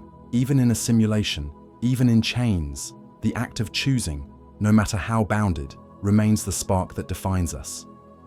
Death has always been the horizon we cannot see beyond, the final line of code, the screen fading to black. But if our world is a simulation, then death may not be an ending at all. It may be nothing more than a reset, a return to the menu, a clearing of the slate, a chance for the player to begin again under a different name, a different body, a different story. Consider the way games handle failure. In one, you fall from a ledge, and the scene reloads seconds earlier. In another, you lose everything and respawn in a different place with a different set of tools. In role-playing games, death is not the end, but a mechanic, a way to teach you, to alter the path, to keep the narrative alive. Why should our reality be any different if it is indeed scripted? Religions across the world have long carried whispers of this truth. The reincarnation cycles of the East, the purgatories and heavens of the West, the underworlds of the ancients. All of them suggest that the self does not vanish but transitions, moves to another plane, another form, another simulation. Perhaps these myths are not metaphor but memory, the vague recognition passed through generations that when the program ends, it does not truly end. Science, too, hints strangely. Consciousness remains one of its great mysteries. We know the body fails, but the awareness we carry, the inner voice that narrates our lives, seems harder to pin down. If consciousness is a process running on physical matter, then when the body stops, so must the process. But if consciousness is more like data, information running on the hardware of the brain, then it can, in theory, be copied, preserved, even rebooted on another substrate. Data does not die. It only waits for a system to run it again. Near-death experiences echo this idea. People report tunnels of light, voices, a sense of being outside the body, sometimes even glimpses of their lives replaying like a film. What if that is simply the simulation saving the file before shutting down? What if the tunnel is not a passage to heaven, but the corridor of code leading us back to the beginning? The unsettling comfort is this: if death is a reset, then it is not failure, but continuation. We may lose our memories, but perhaps the lessons remain, carried silently into the next run. Perhaps déjà vu, strange talents, inexplicable fears, are just traces of past simulations bleeding into the present one. Of course, the idea has a darker edge. If the system keeps resetting us, then we may be trapped in endless cycles, repeating lives without ever escaping the loop. A program designed not for liberation, but for eternal play, grinding through possibilities until the programmers tire of the experiment. Still, death as a reset transforms the way we think of living. It shifts the question from, how do I avoid the end, to what am I learning in this round? It encourages courage, experimentation, risk, because if the end is not final, then perhaps the only failure is refusing to play. And so, the final breath may not be silence, but a soft click, a loading screen, a new world waiting to render. And when our eyes open again, in another body, in another story, perhaps we will not remember this run, but somewhere deep in the code, the system will remember. Every system, no matter how flawless it seems, eventually frays. Software crashes, servers overload, even the most polished simulation has its breaking points. Moments when the machinery groans under its own weight and the world glitches into something raw and unsettling. If reality is code, then we should expect the same. Not just subtle slips, but full ruptures where the illusion tears apart. Think of moments in history when entire communities reported impossible events. The sky turning colors no science could explain. Mass sightings of objects moving against every known law. Sounds heard everywhere at once, as though the very fabric of reality vibrated. We file these away under mystery, under folklore, under yet to be explained. But perhaps they are not mysteries at all. Perhaps they are signs of the system cracking. Brief breakdowns in the code we mistake for miracles or madness. Even on the personal scale, we glimpse this breakdown. Have you ever been caught in a silence so heavy it felt staged, as though the world forgot to render sound, or spoken words aloud only to feel they didn't quite belong to you, as if someone else had written the line and slipped it into your mouth? These are not just eerie sensations. They are the faintest brush of something larger, the sense that the simulation lost track of its own script. Physics itself hints at this fragility. Quantum mechanics tells us particles exist in multiple states until observed. They collapse into certainty only when measured. But what if this collapse is not a property of nature, but of rendering? A video game doesn't load the entire map at once. It loads only the part the player sees. In the same way, perhaps the universe doesn't exist until observed. Perhaps reality is streamed to us in real time and glitches appear when the code lags behind. The most chilling possibility is that breakdowns are increasing. As our technology grows, as we probe deeper into the quantum, simulate our own universes, and stretch the edges of physics, we may be straining the system itself. Perhaps the more we notice the code, the more it struggles to hide. And when it cannot hide, the seams open, exposing not a universe of infinite wonder, but a brittle, fragile architecture. But here is the paradox. Breakdowns inspire both fear and freedom. Fear because they remind us that what we call real is unstable. Freedom because if the code can fail, it can be altered. A crack in the system is also a door, an invitation to slip through the error and glimpse what lies beyond. And maybe that is the point. Maybe the breakdowns are not flaws but features, designed to wake us, to remind us that the play is not everything. That beyond the stage, beyond the glowing lines of code, there may be something truer, vaster, waiting for those who dare to step through the glitch. Every choice we make, whether grand or seemingly trivial, casts ripples that travel far beyond the moment of decision. Imagine your past like a series of stones thrown into an infinite lake. Each stone creates waves, some small, some immense, and though they spread outward into the mist of time, they inevitably overlap, intersect, and sometimes return to you. The echo of past decisions is never silent. It hums beneath the surface of your present reality, even when you've long forgotten the moment you dropped the stone. Consider the times you turned left instead of right, said yes instead of no, lingered in silence instead of speaking. At the moment, it may have seemed ordinary, unremarkable, a choice lost in the river of countless others. Yet the echo remains, shaping the probabilities of your present. The friends you meet, the opportunities you stumble into, even the accidents you narrowly escape. These may all be ghostly reverberations of your past decisions, whispering their influence into the now. This hidden symmetry is most visible in hindsight. You look back on your life, retrace the thread of choices, and realize that if even one had been different, the tapestry of your existence would not look the same. Perhaps you would live in another city, love another person, follow another dream. And though such reflections are tinged with regret or wonder, they also remind us of the immense power contained in the simplest decision. In every video game, no matter how vast, there are characters who do not truly think. They walk their loops, repeat their lines, and serve as the scaffolding for the world around the player. We call them NPCs, non-player characters. They are convincing enough to create immersion, but hollow once you look too closely. Now imagine, just for a moment, that the universe itself is structured the same way, that among the billions of faces we pass each day, some are fully conscious players, while others are written into the script, designed only to fill the scene. The thought is disturbing, almost cruel, yet it creeps into the minds of many who ponder the simulation hypothesis. If resources are limited, why would a simulation waste processing power, giving every being the full depth of awareness? Psychologists sometimes tell stories of encounters that feel strangely empty. People who respond with only surface-level emotion, who loop back to the same phrases, who seem present but not entirely real.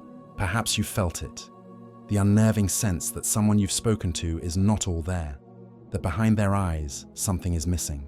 We dismiss it as projection, as us being tired or cynical. But what if it is not imagination? What if some of those around us are only coded shadows, designed to react just enough to maintain the illusion?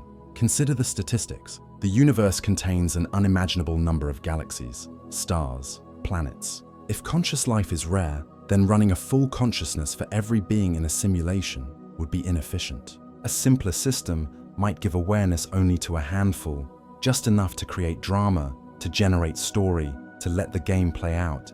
The rest could be placeholders, rendered convincingly, but without true depth. This idea echoes in folklore and myth. Tales of soulless people, doppelgangers, hollow men. Ancient texts speak of those without spirit, bodies that walk and speak, but lack an inner fire.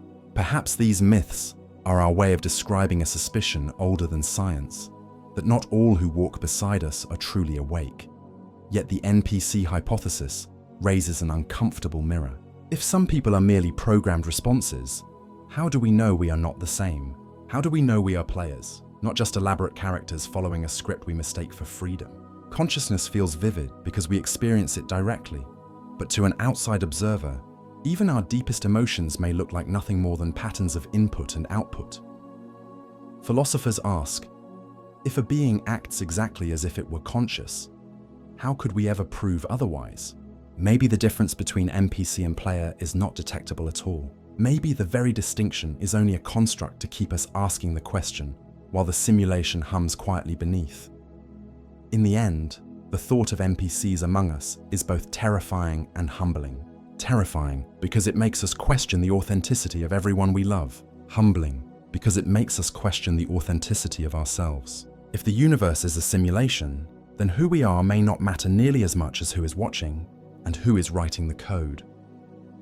There is always a hand we imagine behind the curtain, not a vengeful god or a faceless deity, but a maker who thinks in logic, taste, and limits. Picture a programmer hunched over a glowing console, not unlike any engineer in an empty server room, composing rules and boundaries with a tired, deliberate care.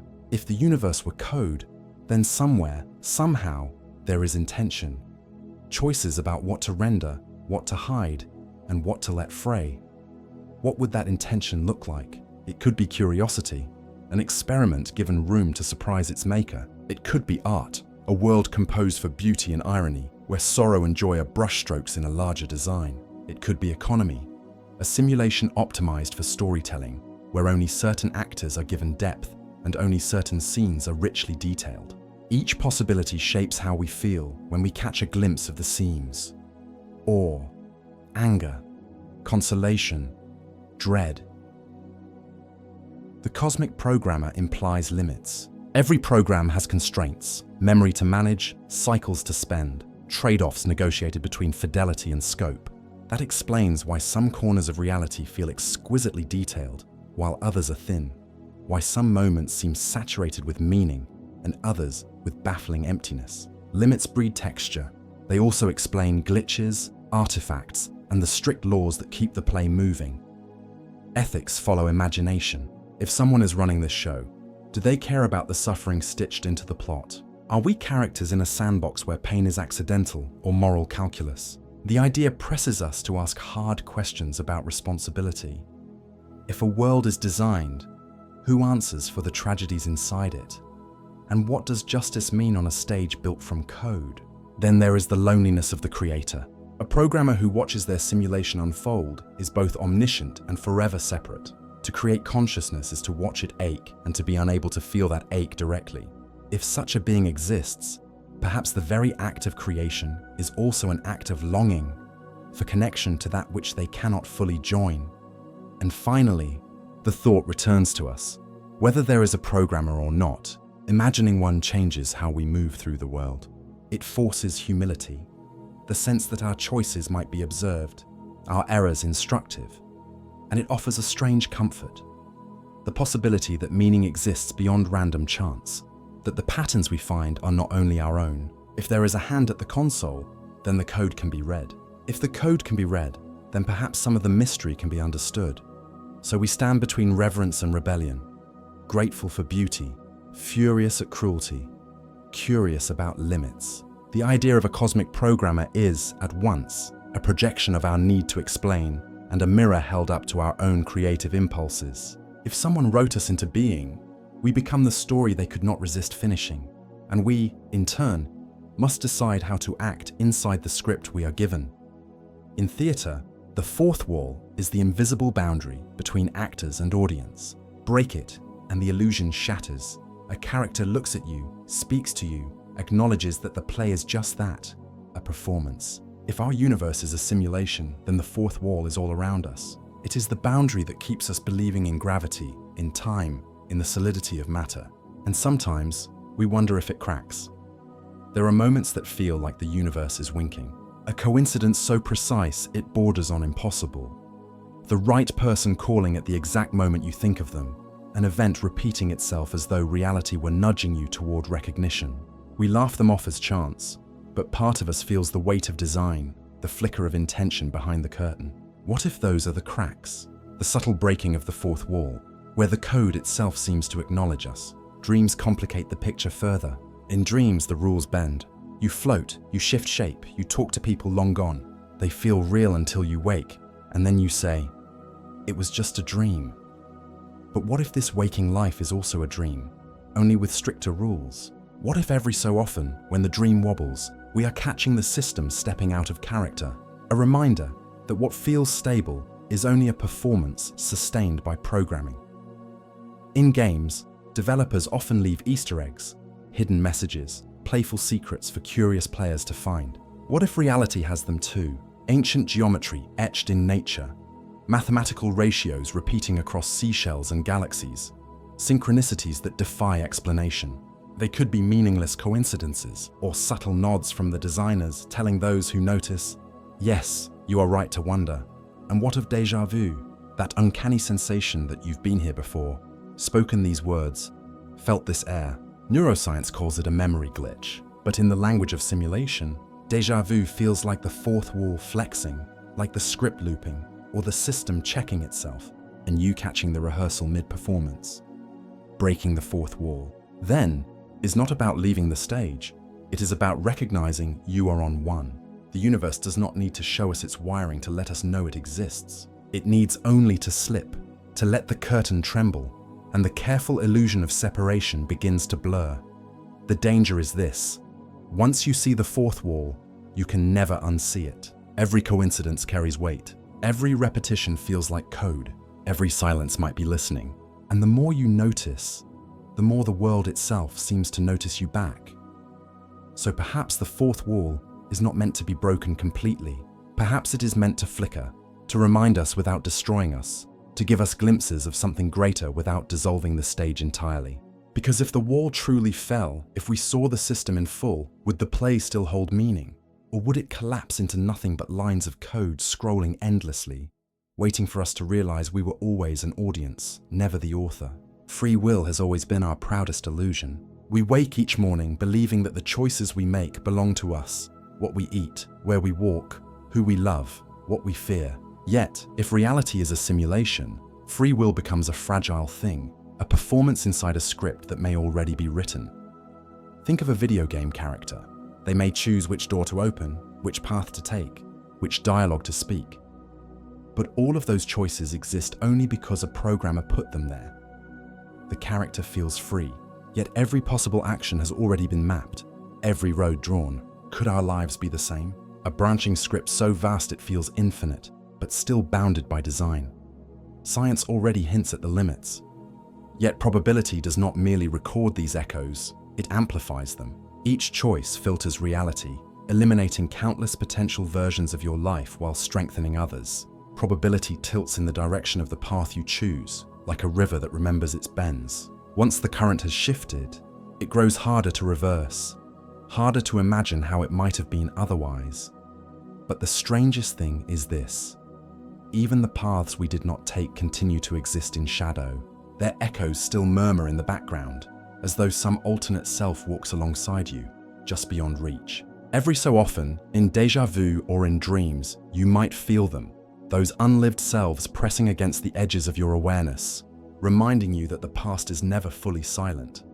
In this way, the echo of past decisions is not just memory, it is a living force. It shapes probability, builds the scaffolding of your present, and subtly writes the story of what comes next. And perhaps, if you listen closely enough, you may still hear the faint resonance of roads you never walked, calling out from the silence of forgotten time. There are moments in life that seem too perfectly aligned to be random. You step onto a train seconds before the doors close, only to meet someone who alters the course of your future. You miss a flight, and in that delay, you encounter an idea, a person, or a moment that feels as though it was placed there for you.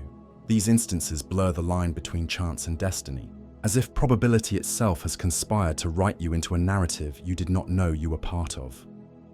When chance feels like destiny, it is because the human mind is not content with chaos. We are pattern seekers, meaning makers. A coin toss becomes fate when it determines where you live. A fleeting glance becomes the spark of inevitability when it leads to love. The improbable, once it happens, takes on the weight of inevitability, as though it could not have been any other way. Probability works in silence, scattering endless outcomes before us. Yet destiny is the story we tell once the dice have landed. We weave a thread through events that could have been meaningless, and by doing so, We elevate them into significance. A dropped book in a library becomes a sign. A chance encounter in a storm feels like the hand of the universe. And though logically, we know that thousands of other invisible chances pass by unnoticed, the one that lingers is the one that speaks to our soul. But perhaps the truth is subtler. Perhaps chance and destiny are not opposites, but partners in disguise. The universe offers probabilities, like doors in a hallway, and our choices determine which we step through. Yet sometimes, it feels as if the hallway itself has been guiding us all along, nudging us toward one particular door, one particular meeting, one particular moment. It is in these moments that the mathematics of chance acquires a heartbeat, and probability wears the mask of destiny, and so, we are left with the question, did we find our way here by accident, or was the path already waiting for us? Perhaps it is both, chance creating the canvas, and destiny painting the strokes of meaning upon it. There is a delicate image, almost overused yet endlessly haunting, the flutter of a butterfly's wings sparking a storm across oceans. It is a metaphor, yes, but also a reminder of how probability works, not in straight lines, but in ripples. Tiny, almost invisible actions can swell into enormous consequences, and the shadow of a butterfly may stretch farther than the creature itself could ever fly. Urban legends thrive in this territory. They are often born from whispers so small, so fragile, that their survival seems impossible. Yet, much like the butterfly's wings, those whispers catch the air of imagination and ripple outward. A story told in jest, a rumor shared in fear, an overheard warning on a bus. These become shadows that multiply. Before long, they are no longer whispers but storms, feared by cities, carried across generations. The butterfly effect is not just a poetic illustration. It is a truth about complex systems. Every choice, every coincidence, every unnoticed moment participates in shaping outcomes far larger than themselves. Think of the missed call that kept someone from driving into an accident. Think of the child's casual remark that inspired a scientific breakthrough. Each small flutter sends vibrations through the fabric of existence. Yet, the shadow is not the butterfly itself. It is the echo. When we believe in legends, when we pass them along, we are not always reacting to the event, but to its shadow. The girl who swore she saw something in the mirror may have been mistaken. But her fear, her trembling voice, that is what lingers. That is the shadow we inherit, retell, and extend into the future. And perhaps that is why legends feel so alive, because they remind us that the tiniest actions matter, that the smallest tremors can rewrite the story of a life, a city, even a world. The butterfly does not know its shadow. It does not measure the hurricanes it might cause. But we, standing in awe of the storms, cannot help but trace them back to the fragile flutter that began it all. Imagine the universe as a vast table, and upon it lie countless dice, each rolling endlessly in silence. You cannot see all of them, nor can you predict which side will face up, yet their outcomes shape your life in ways both subtle and seismic. These dice belong to the unknown, those territories of probability that stretch beyond the reach of human comprehension. Urban legends often sprout from the throes of such dice. A traveler takes the wrong road and disappears. A stranger knocks at the door at precisely the moment someone is home alone. A figure appears at the edge of vision on a night when fear is already thick in the air. These events are born not from design but from chance, dice rolling somewhere in the dark. Yet, when their results land, we look for explanations, for order. We invent stories to clothe randomness in meaning. The dice of the unknown are cruel, because they remind us how little control we have.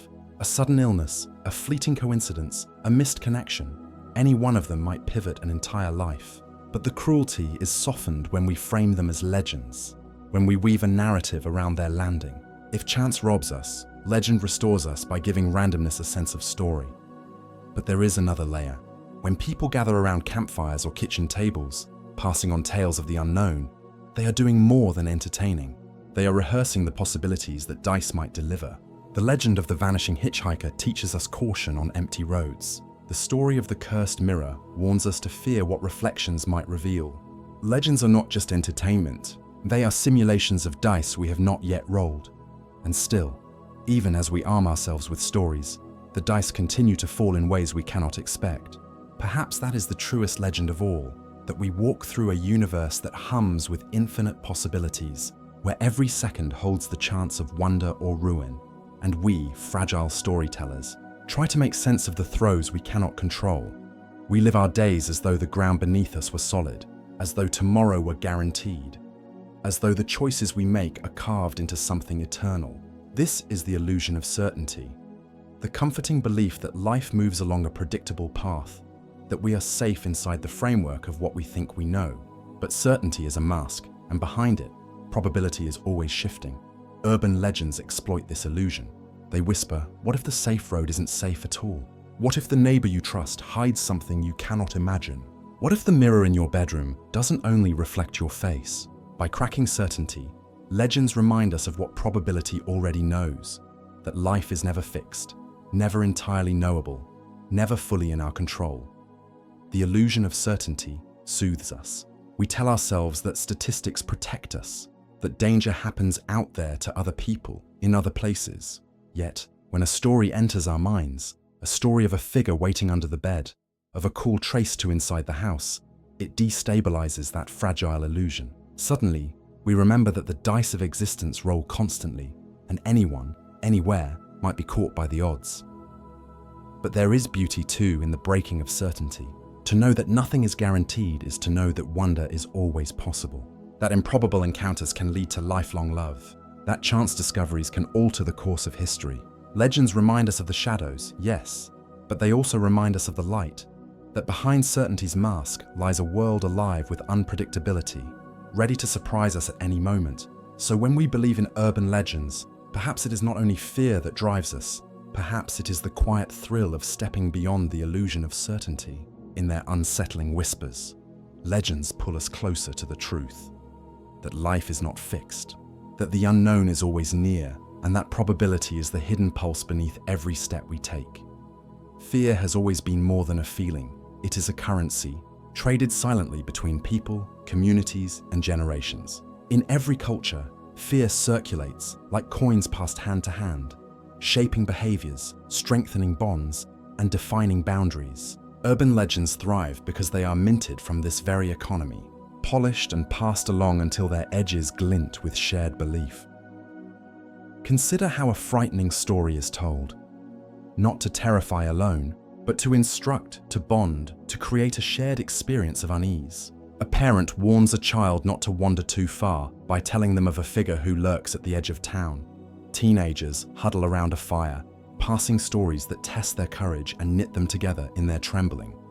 In each case, fear is not wasted. It is invested, ensuring survival, unity, or simply the thrill of belonging. This economy works because fear has value. It heightens attention, sharpens memory, and spreads quickly. A piece of news may be forgotten in a week, but a chilling story about poisoned candy, about the stranger who never returned, can live for decades. Fear makes stories sticky, binding them to the deepest parts of our minds, ensuring their survival long after logic has worn away. But like any economy, fear can also be manipulated. Urban legends are not just accidents of imagination. They are tools, wielded sometimes for control, sometimes for entertainment, sometimes for survival. A fearful tale can keep a community cautious, but it can also keep it obedient. The teller, knowingly or not, becomes a kind of banker of dread, depositing stories that accumulate interest in the minds of listeners. And so, every urban legend is more than a tale.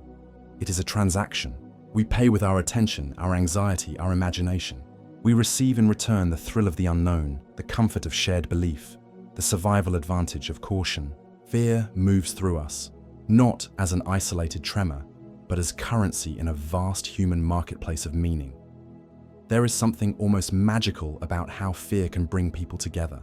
Two strangers might sit in silence on a bus, their worlds entirely separate, until a sudden jolt, a flickering light, or a whispered rumor awakens a shared unease. In that moment, their hearts beat to the same rhythm of caution, their eyes dart to the same shadows. Fear, invisible and wordless, forges a bond where none existed before. Urban legends capitalize on this phenomenon. A tale told in a crowded room turns listeners into a community. The story of a haunted hotel, a cursed road, or a mysterious phone call invites everyone to lean closer, to share in the delicious tension of uncertainty. Strangers become co-conspirators in belief, connected by the invisible thread of fear that hums between them. Fear, in this way, functions almost like a secret language. It bypasses the barriers of culture, age, or background because danger is a universal dialect. A trembling voice, a widening eye, the sharp intake of breath. These are signals that transcend words. In the moment of fear, people recognize something primal in each other. The instinct to survive, the shared fragility of being human. What's fascinating is how this bond persists even after the moment passes. Two people who once listened to the same unsettling tale may feel a strange kinship later, even without acknowledging it. They remember how the story made them shiver together, how their imaginations brushed against the same edge of darkness. Legends are sticky, not just because they frighten, but because they tie us briefly into a collective web of belief and vulnerability. And perhaps that is why people crave legends in groups rather than in solitude. Fear in isolation is suffocating, but fear shared is transformed into connection. Around campfires, in classrooms, on late-night radio shows, urban legends spread not only as stories, but as bridges, temporary but powerful, between strangers who might never have spoken otherwise. At first, it seems paradoxical. How can fear bring pleasure? Yet anyone who has ever leaned in close to a whispered legend, heart pounding while smiling nervously at a friend, knows the truth of this contradiction. Fear, when shared, becomes strangely intoxicating. It is no longer a burden to carry alone, but a thrill woven into the fabric of companionship. When a story unsettles us, our bodies react as if we are in danger. The rush of adrenaline, the quickening heartbeat, the heightened awareness of every sound and shadow.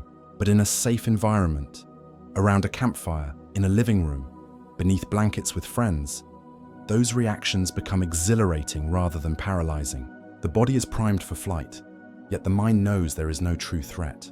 That tension between safety and danger is where pleasure blooms. Urban legends thrive on this delicate balance. They give us the opportunity to flirt with fear, to walk along its edge without falling into the abyss. And when we do so together, the experience amplifies. We laugh at our own shivers.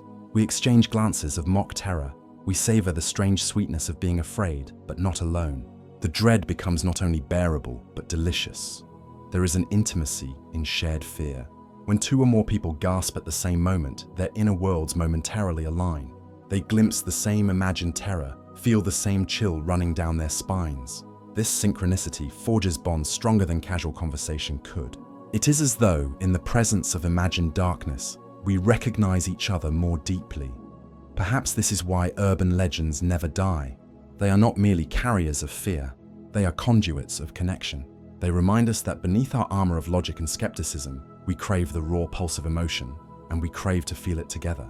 The shared dread does not just frighten us, it entertains us, unites us, and leaves us strangely grateful for the trembling it inspires. Fear does not simply unite us, it can be harnessed, sharpened, and wielded. Throughout history, those who understood the psychology of fear have used it as a tool to guide behavior, to enforce obedience, and to shape entire cultures. Urban legends, though seemingly innocent stories, often carry this hidden function. They whisper rules disguised as warnings, and through their shadows, fear becomes a leash. Think of the tales told to children about wandering into forests at night. Beneath the cloak of monsters or witches lies a practical message. Do not stray too far. Danger waits outside the boundaries. The story terrifies, yes, but it also controls, guiding behavior without the need for visible chains. Parents, leaders, even entire communities rely on legends not only to frighten, but to govern. Fear works because it is visceral. Rational arguments may fail, logic may falter, but fear bypasses the intellect and grips the body directly. It is hard to ignore the shiver in your spine, the quickening of your pulse. Legends capitalize on this, implanting warnings that sink deeper than reason ever could. A sign on the road may fade into the background, but a story of a woman who haunts that road will live in your imagination long after the sign is forgotten. And control does not always come from authority. Sometimes it emerges within communities themselves. Teenagers daring each other to test the boundaries of an urban legend are not just playing, they are enforcing unwritten rules, deciding who belongs, who is brave, and who is outcast. The legend polices behavior without needing a police force. Fear is persuasive precisely because it cannot be debated. You can argue with facts, but you cannot argue with the tightening of your throat when someone tells you not to look into the mirror after midnight. In this way, fear becomes a subtle form of power. It does not demand obedience. It ensures it, embedding itself into our instincts. And so, every urban legend carries within it a dual nature. Entertainment on the surface, control beneath. A whispered warning, yes, but also a tether. In believing, in trembling, we unknowingly submit to its hidden hand. Stories are traded like goods. Some shimmer with hope, others with wisdom, but none travel as swiftly or sell as effectively as fear. In the vast marketplace of human storytelling, fear is the currency that never loses its value. Urban legends, in this sense, are like dark jewels passed hand to hand, polished each time they change owners, gathering both weight and worth as they move. Why does fear sell so well? Because it grips us in ways other emotions cannot. A beautiful tale might inspire us, a funny tale might make us laugh, but a frightening tale lodges itself deep within us. It sparks a biological reaction, heightens our senses, and stays etched in our memory long after the teller has gone. Fear is sticky, it clings, and in clinging, it spreads. This is why legends thrive in media, in films, in late-night radio shows, in whispered online threads. Fear commands attention in a distracted world, where other stories might fade in the constant noise.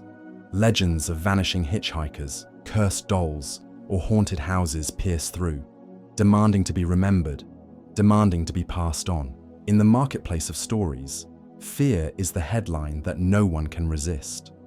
But like all currencies, fear can be inflated, exaggerated, even counterfeited. Some stories grow bloated with details, too elaborate to feel real, and their value diminishes. Others are sharpened to the simplest form, just a phrase, just a warning, and their value skyrockets, because simplicity makes them portable. A good urban legend does not require a book or a lecture.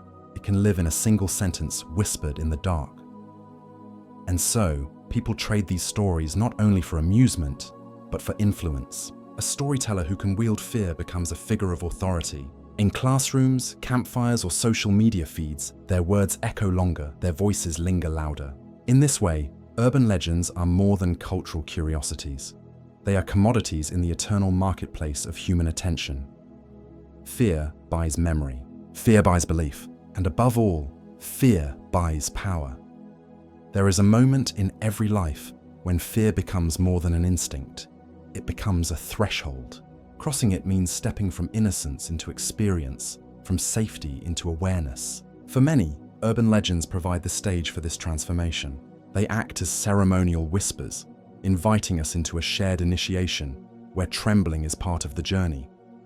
Think of children daring each other to summon a spirit in a mirror, or teenagers creeping into abandoned houses said to be haunted. These are not just games.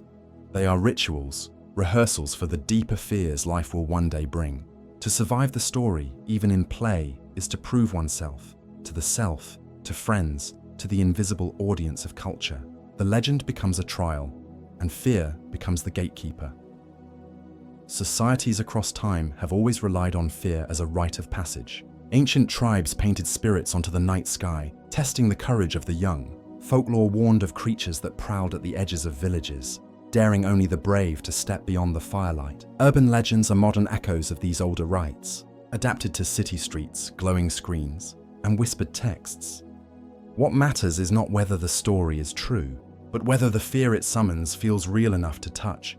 In that moment, courage is tested. A trembling hand reaches for the mirror. A footstep echoes in the abandoned hall. Hearts race, laughter mixes with dread. And when the moment passes, the participants feel changed.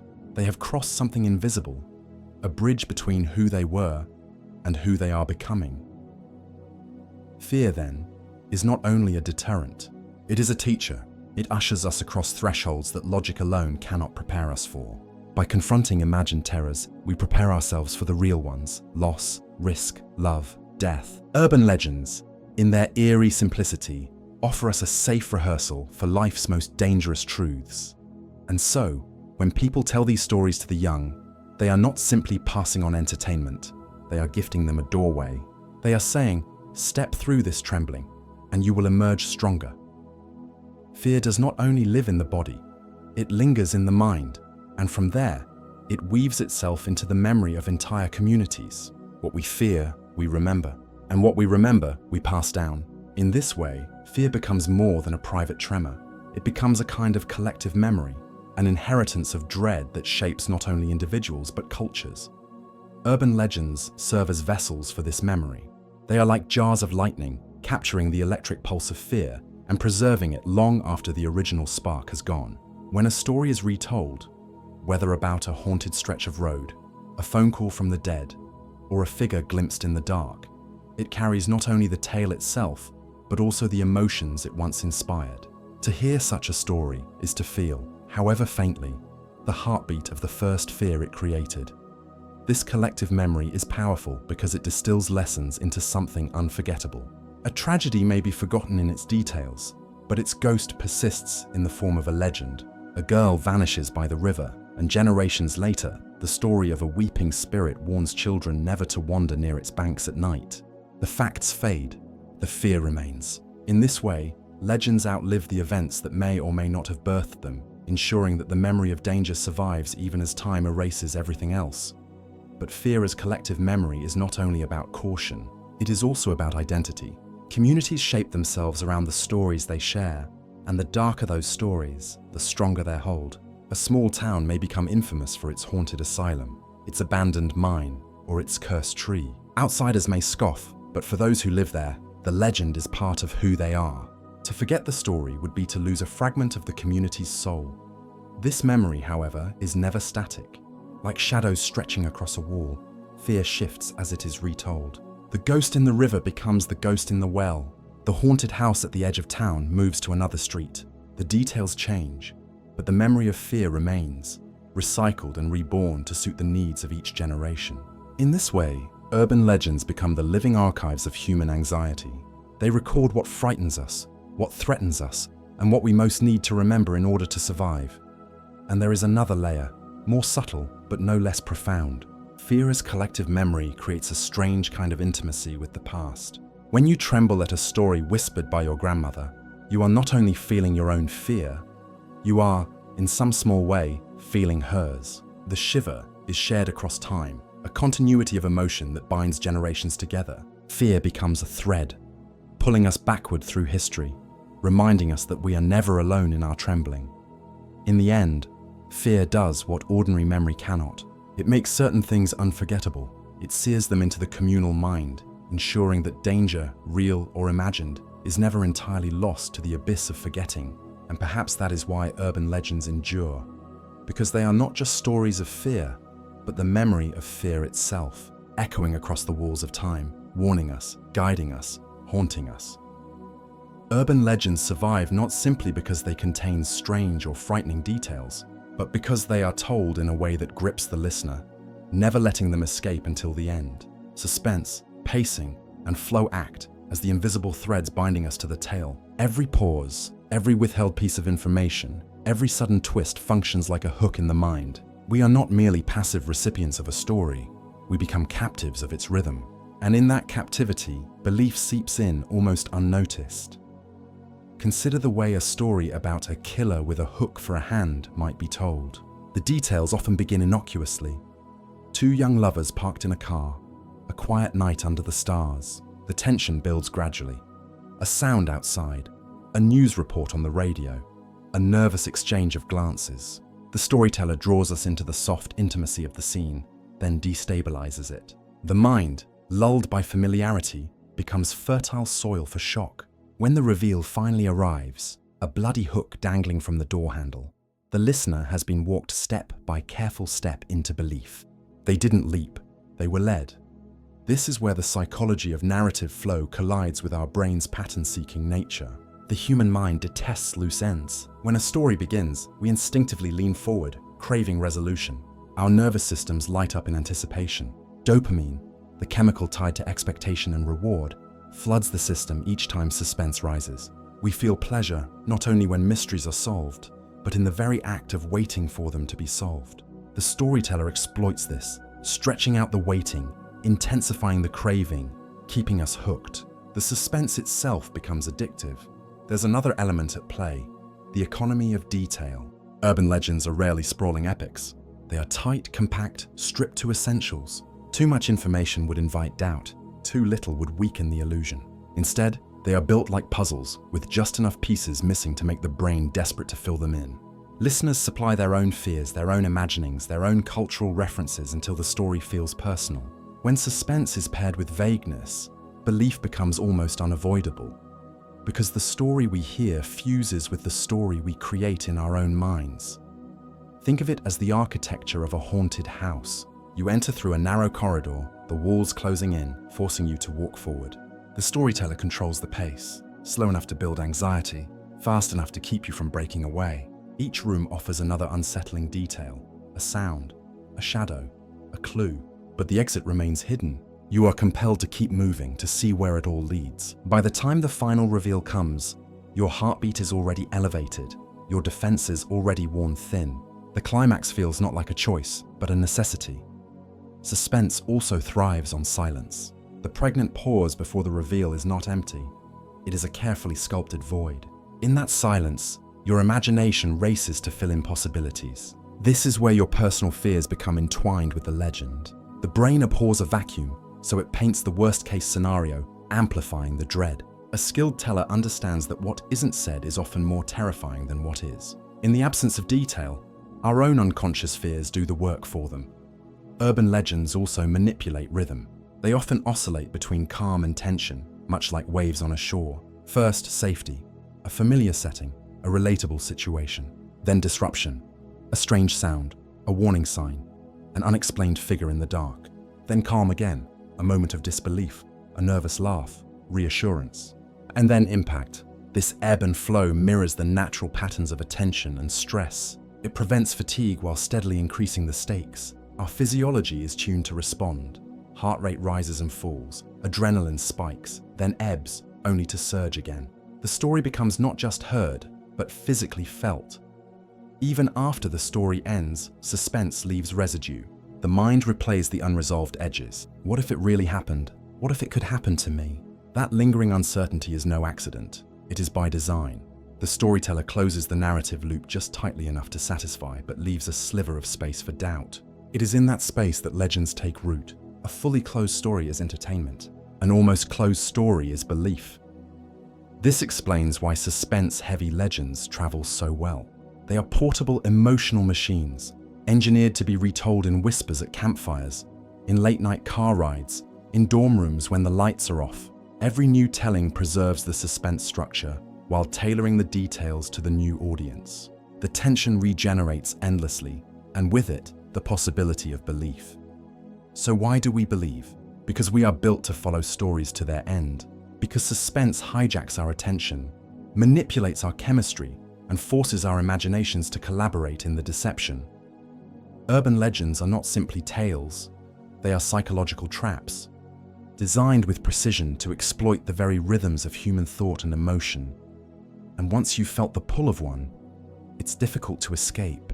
The suspense continues long after the words fade, echoing in your own mind, urging you to wonder whether, somewhere in the shadows, the story might still be waiting.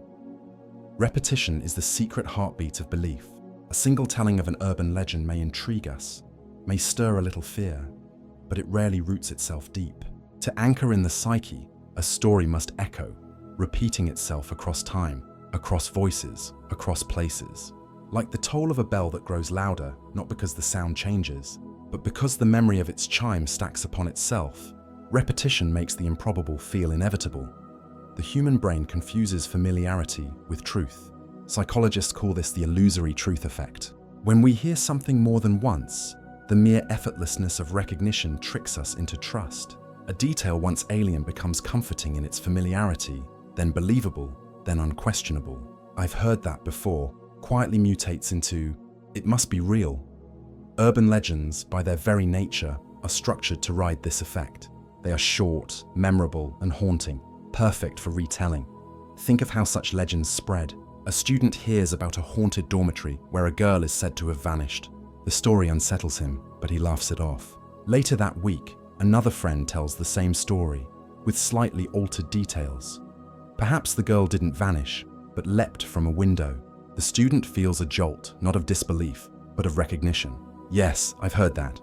Each retelling nudges the tale closer to the realm of truth. By the third or fourth echo, the story is no longer a rumor. It is part of the architecture of his environment, a fact woven into the walls of the dorm itself. Repetition also carries a social weight. When we hear a legend multiple times from multiple sources, we mistake consensus for proof. So many people can't all be wrong, we think. The story shifts from a strange thing someone once said into something everyone knows. This is why legends thrive in schools, in workplaces, in military barracks, in any closed community. They gain mass through echo, growing heavier with each retelling until they are too weighty to discard. But repetition does more than deceive the mind. It reshapes memory. When you hear the same story often enough, your brain begins to fuse the echoes with your own experiences. You may imagine yourself in the places described, may feel that you've always known the story, as if it was whispered to you in childhood. The boundary between memory and myth thins, until the legend is not just a story you've heard. It is part of your own past. There is also the matter of variation within repetition. No legend is told the same way twice. Each teller shifts the emphasis, adds a flourish, deletes a detail. This variation keeps the legend alive, preventing it from decaying into stale familiarity. You might hear the vanishing hitchhiker tale once with a girl in white, another time with a soldier, another time with an old woman. The core remains. Someone picks up a passenger who disappears without a trace. But the variation prevents the echo from becoming monotonous. Instead, it feels like confirmation. The details differ, but the truth you believe must be consistent. Repetition also attaches itself to emotion. The more times a story makes you shiver, the deeper the association becomes. That visceral reaction is reinforced, much like practicing a skill strengthens muscle memory. Each retelling is not just an echo, it is a rehearsal, embedding fear into your body. You learn to feel uneasy when you hear the setup, long before the climax arrives. The echo becomes not just intellectual, but physical. Urban legends exploit this rhythm masterfully. They are built to be passed along, to ripple outward like sound waves in a cave, never fading completely. Each time they bounce off another person, they gain resonance. Each time they are told, they gain legitimacy. A lie told once is fragile. A lie told 1,000 times begins to resemble history. And so, repetition is not simply a mechanic of memory. It is the lifeblood of legends. Without echo, they are curiosities, small sparks in the dark. With echo, they become constellations, permanent fixtures in the night sky of culture. We believe not because the story is true, but because it has been told enough times to feel true. Repetition turns whispers into thunder. It turns shadows into monuments. And in the echo chamber of human storytelling, even the strangest legend can harden into reality. When a whisper comes from a stranger, it is entertainment. When it comes from an authority figure, it becomes law. This is one of the most potent forces that drives urban legends from the shadows of gossip into the bright stage of collective belief. Who is telling the story matters as much as the story itself. Human psychology is tuned to defer to authority. It is not merely cultural conditioning, but an evolutionary safeguard. For most of human history, survival often depended on trusting the wisdom of elders, leaders, and specialists. If the chief said a certain berry was poisonous, you believed him, or you risked death. If the healer warned of spirits in the forest, you respected that boundary, or you risked exile. The brain evolved to shortcut skepticism when authority spoke. To doubt meant danger, to believe meant safety. And though the world has changed, this wiring still thrums within us. When an urban legend is carried by authority, it transforms. Imagine a teacher telling students not to go into the old gym at night because of what happened there. Even if the teacher says it with a half smile, the weight of their position lends credibility. Or picture a police officer quietly confirming that the killer with the hook was real, but that the case was buried to avoid public panic. The authority figure doesn't need to prove the claim. The badge, the title, the position is the proof. The story is absorbed without resistance, dressed in the uniform of trust. Authority also cloaks legends in legitimacy when they appear in the media. A rumor circulating among teenagers may be dismissed, but once it is repeated on a local news segment, it crystallizes. The news anchor's calm voice, the graphics, the camera. These are modern rituals of credibility. Even if the story is framed as speculation, the very act of being reported signals This is worthy of attention. The legend now stands not as a whisper, but as a documented phenomenon. There is a subtler dimension here: parental authority. Children grow up believing almost everything their parents say because dependence demands trust. If a parent passes down a local legend, "Don't go near that creek, children were taken by it long ago," it roots deeply. Even as adults, people carry these warnings, half believing, half doubting, but unable to let go. A parent's story bypasses rational filters, sinking directly into the emotional soil of memory. This is why many urban legends have childhood versions: ghosts in closets, creatures under beds, that linger into adulthood as uneasy echoes. The presence of authority figures also amplifies the social contagion of legends. When someone with status repeats a story, others are more likely to repeat it themselves. The tale spreads not just through the strength of its content, but through the prestige of its carriers. It becomes a kind of cultural badge. This isn't just what I heard. This is what the teacher, the priest, the officer said. Authority multiplies the retelling rate, accelerating the echo effect we explored earlier. But there is another, darker side. Sometimes authority figures intentionally use urban legends as tools of control. Consider warnings that exaggerate dangers to keep teenagers from reckless behavior. Don't pick up strangers. Some of them vanish without a trace. Or public campaigns that invoke legends to steer public morality. If you take drugs at a party, you might wake up in a bathtub full of ice with your organs stolen. These stories may be fabricated or embellished, but when stamped with institutional authority, they function as cautionary myths. Fear becomes governance. Yet the influence of authority does not guarantee belief forever. Skepticism can fracture it, especially when younger generations challenge inherited myths. But the initial imprint remains strong. Once authority has attached itself to a legend, even if debunked later, the residue persists. Studies show that corrections rarely erase the impact of the original claim. People remember the story, not the debunking. Authority makes legends sticky, hard to wash away, clinging even when logic scours at them. So why do we believe urban legends so deeply when they are repeated by those in power? Because the authority figure carries more than words. They carry the weight of survival, of memory, of trust built into the human psyche over millennia. A rumor may rattle us, but when it is spoken by the teacher, the officer, the parent, or the newscaster, it becomes part of the architecture of our reality. Authority does not just repeat legends, it consecrates them. And once consecrated, they can linger for generations, haunting the spaces where logic alone should reign. Fear is not a solitary flame. It is a wildfire, and in groups, it spreads faster than reason can contain it. When one person trembles, another begins to shiver, and soon the entire circle feels the heat. This phenomenon, known as emotional contagion, is one of the most powerful engines driving the survival of urban legends. Stories do not only live in words, they live in the emotions that ripple outward when the words are spoken. Picture a campfire. One friend leans forward, voice lowered, telling a story of a phantom that roams nearby woods. The others, gathered close, begin to feel their pulses quicken. A branch snaps in the distance. Suddenly, everyone stiffens. No one saw a ghost, but the group has conjured it into existence through their collective tension. The story alone might have unsettled a listener in solitude, but together, the shared fear magnifies its impact. Each nervous laugh, each widened eye reinforces the experience. Fear becomes communal, and in its communal form, it feels indisputable. The psychology here is ancient. Long before cities or language, early humans survived by reading each other's emotional cues. If one member of the group panicked at the rustle of tall grass, the others instinctively tensed, assuming danger lurked nearby. This quick mirroring of fear was a survival adaptation. It was better to overreact than to ignore a potential predator. Our bodies still carry this wiring. When someone tells an urban legend with conviction, their fear leaks into their tone, their posture, their expressions. Listeners unconsciously mirror it, their nervous systems syncing to the storyteller's unease. In this way, legends bypass rational analysis and enter through empathy.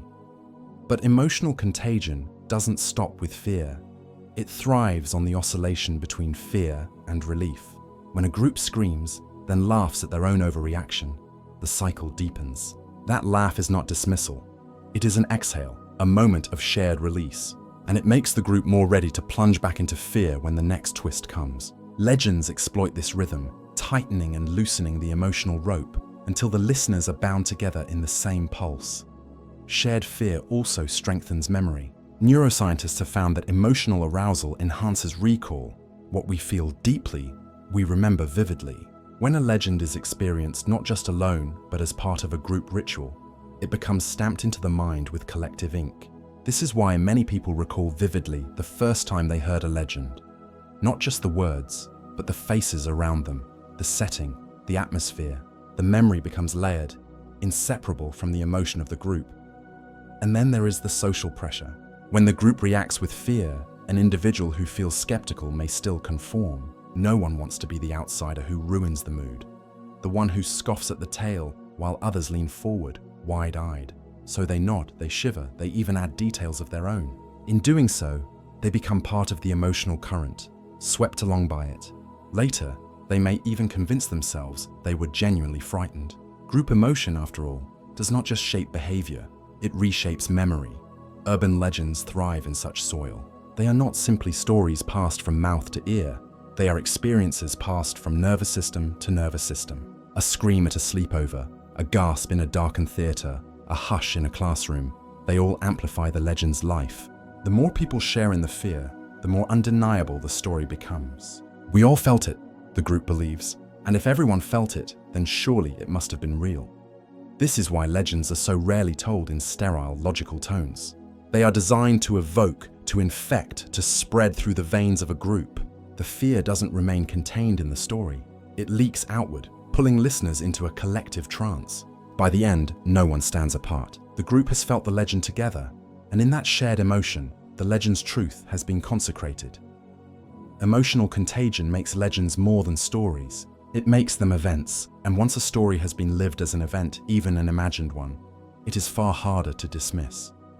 So here we are, standing at the quiet end of a long corridor of whispers. We have followed the footsteps of legends from their birth in the shadows of uncertainty, to their survival in the echo chambers of memory, from the private flicker of fear in the mind to the wildfire of shared emotion. What began as rumor became ritual. What began as a story became belief. Urban legends are not merely tales told in the dark. They are mirrors of our psychology. They reveal how easily we blur the line between fact and fiction, how repetition and authority weave falsehoods into our reality, how group fear convinces us that shadows are alive. They are proof that our minds crave meaning, even if it must be built upon myth. But perhaps the most haunting truth is this: we want to believe them. Legends give shape to the unknown, turning uncertainty into narrative, transforming chaos into story. In believing, we find both fear and comfort, the fear of what might be lurking, and the comfort of not facing it alone. So the next time you hear one, about the hook-handed stranger, the ghost on the roadside, the vanishing hitchhiker, pause. Ask yourself, is it real, or is it just the echo of someone else's fear living inside me? And yet, even as you question, you may still glance over your shoulder, still quicken your step in the dark, still feel the breath of the legend following you home. That is the power of urban legends. Not that they are true, but that they make us live as if they could be. And perhaps, in the spaces between belief and doubt, in that fragile trembling of the mind, they are truer than truth itself.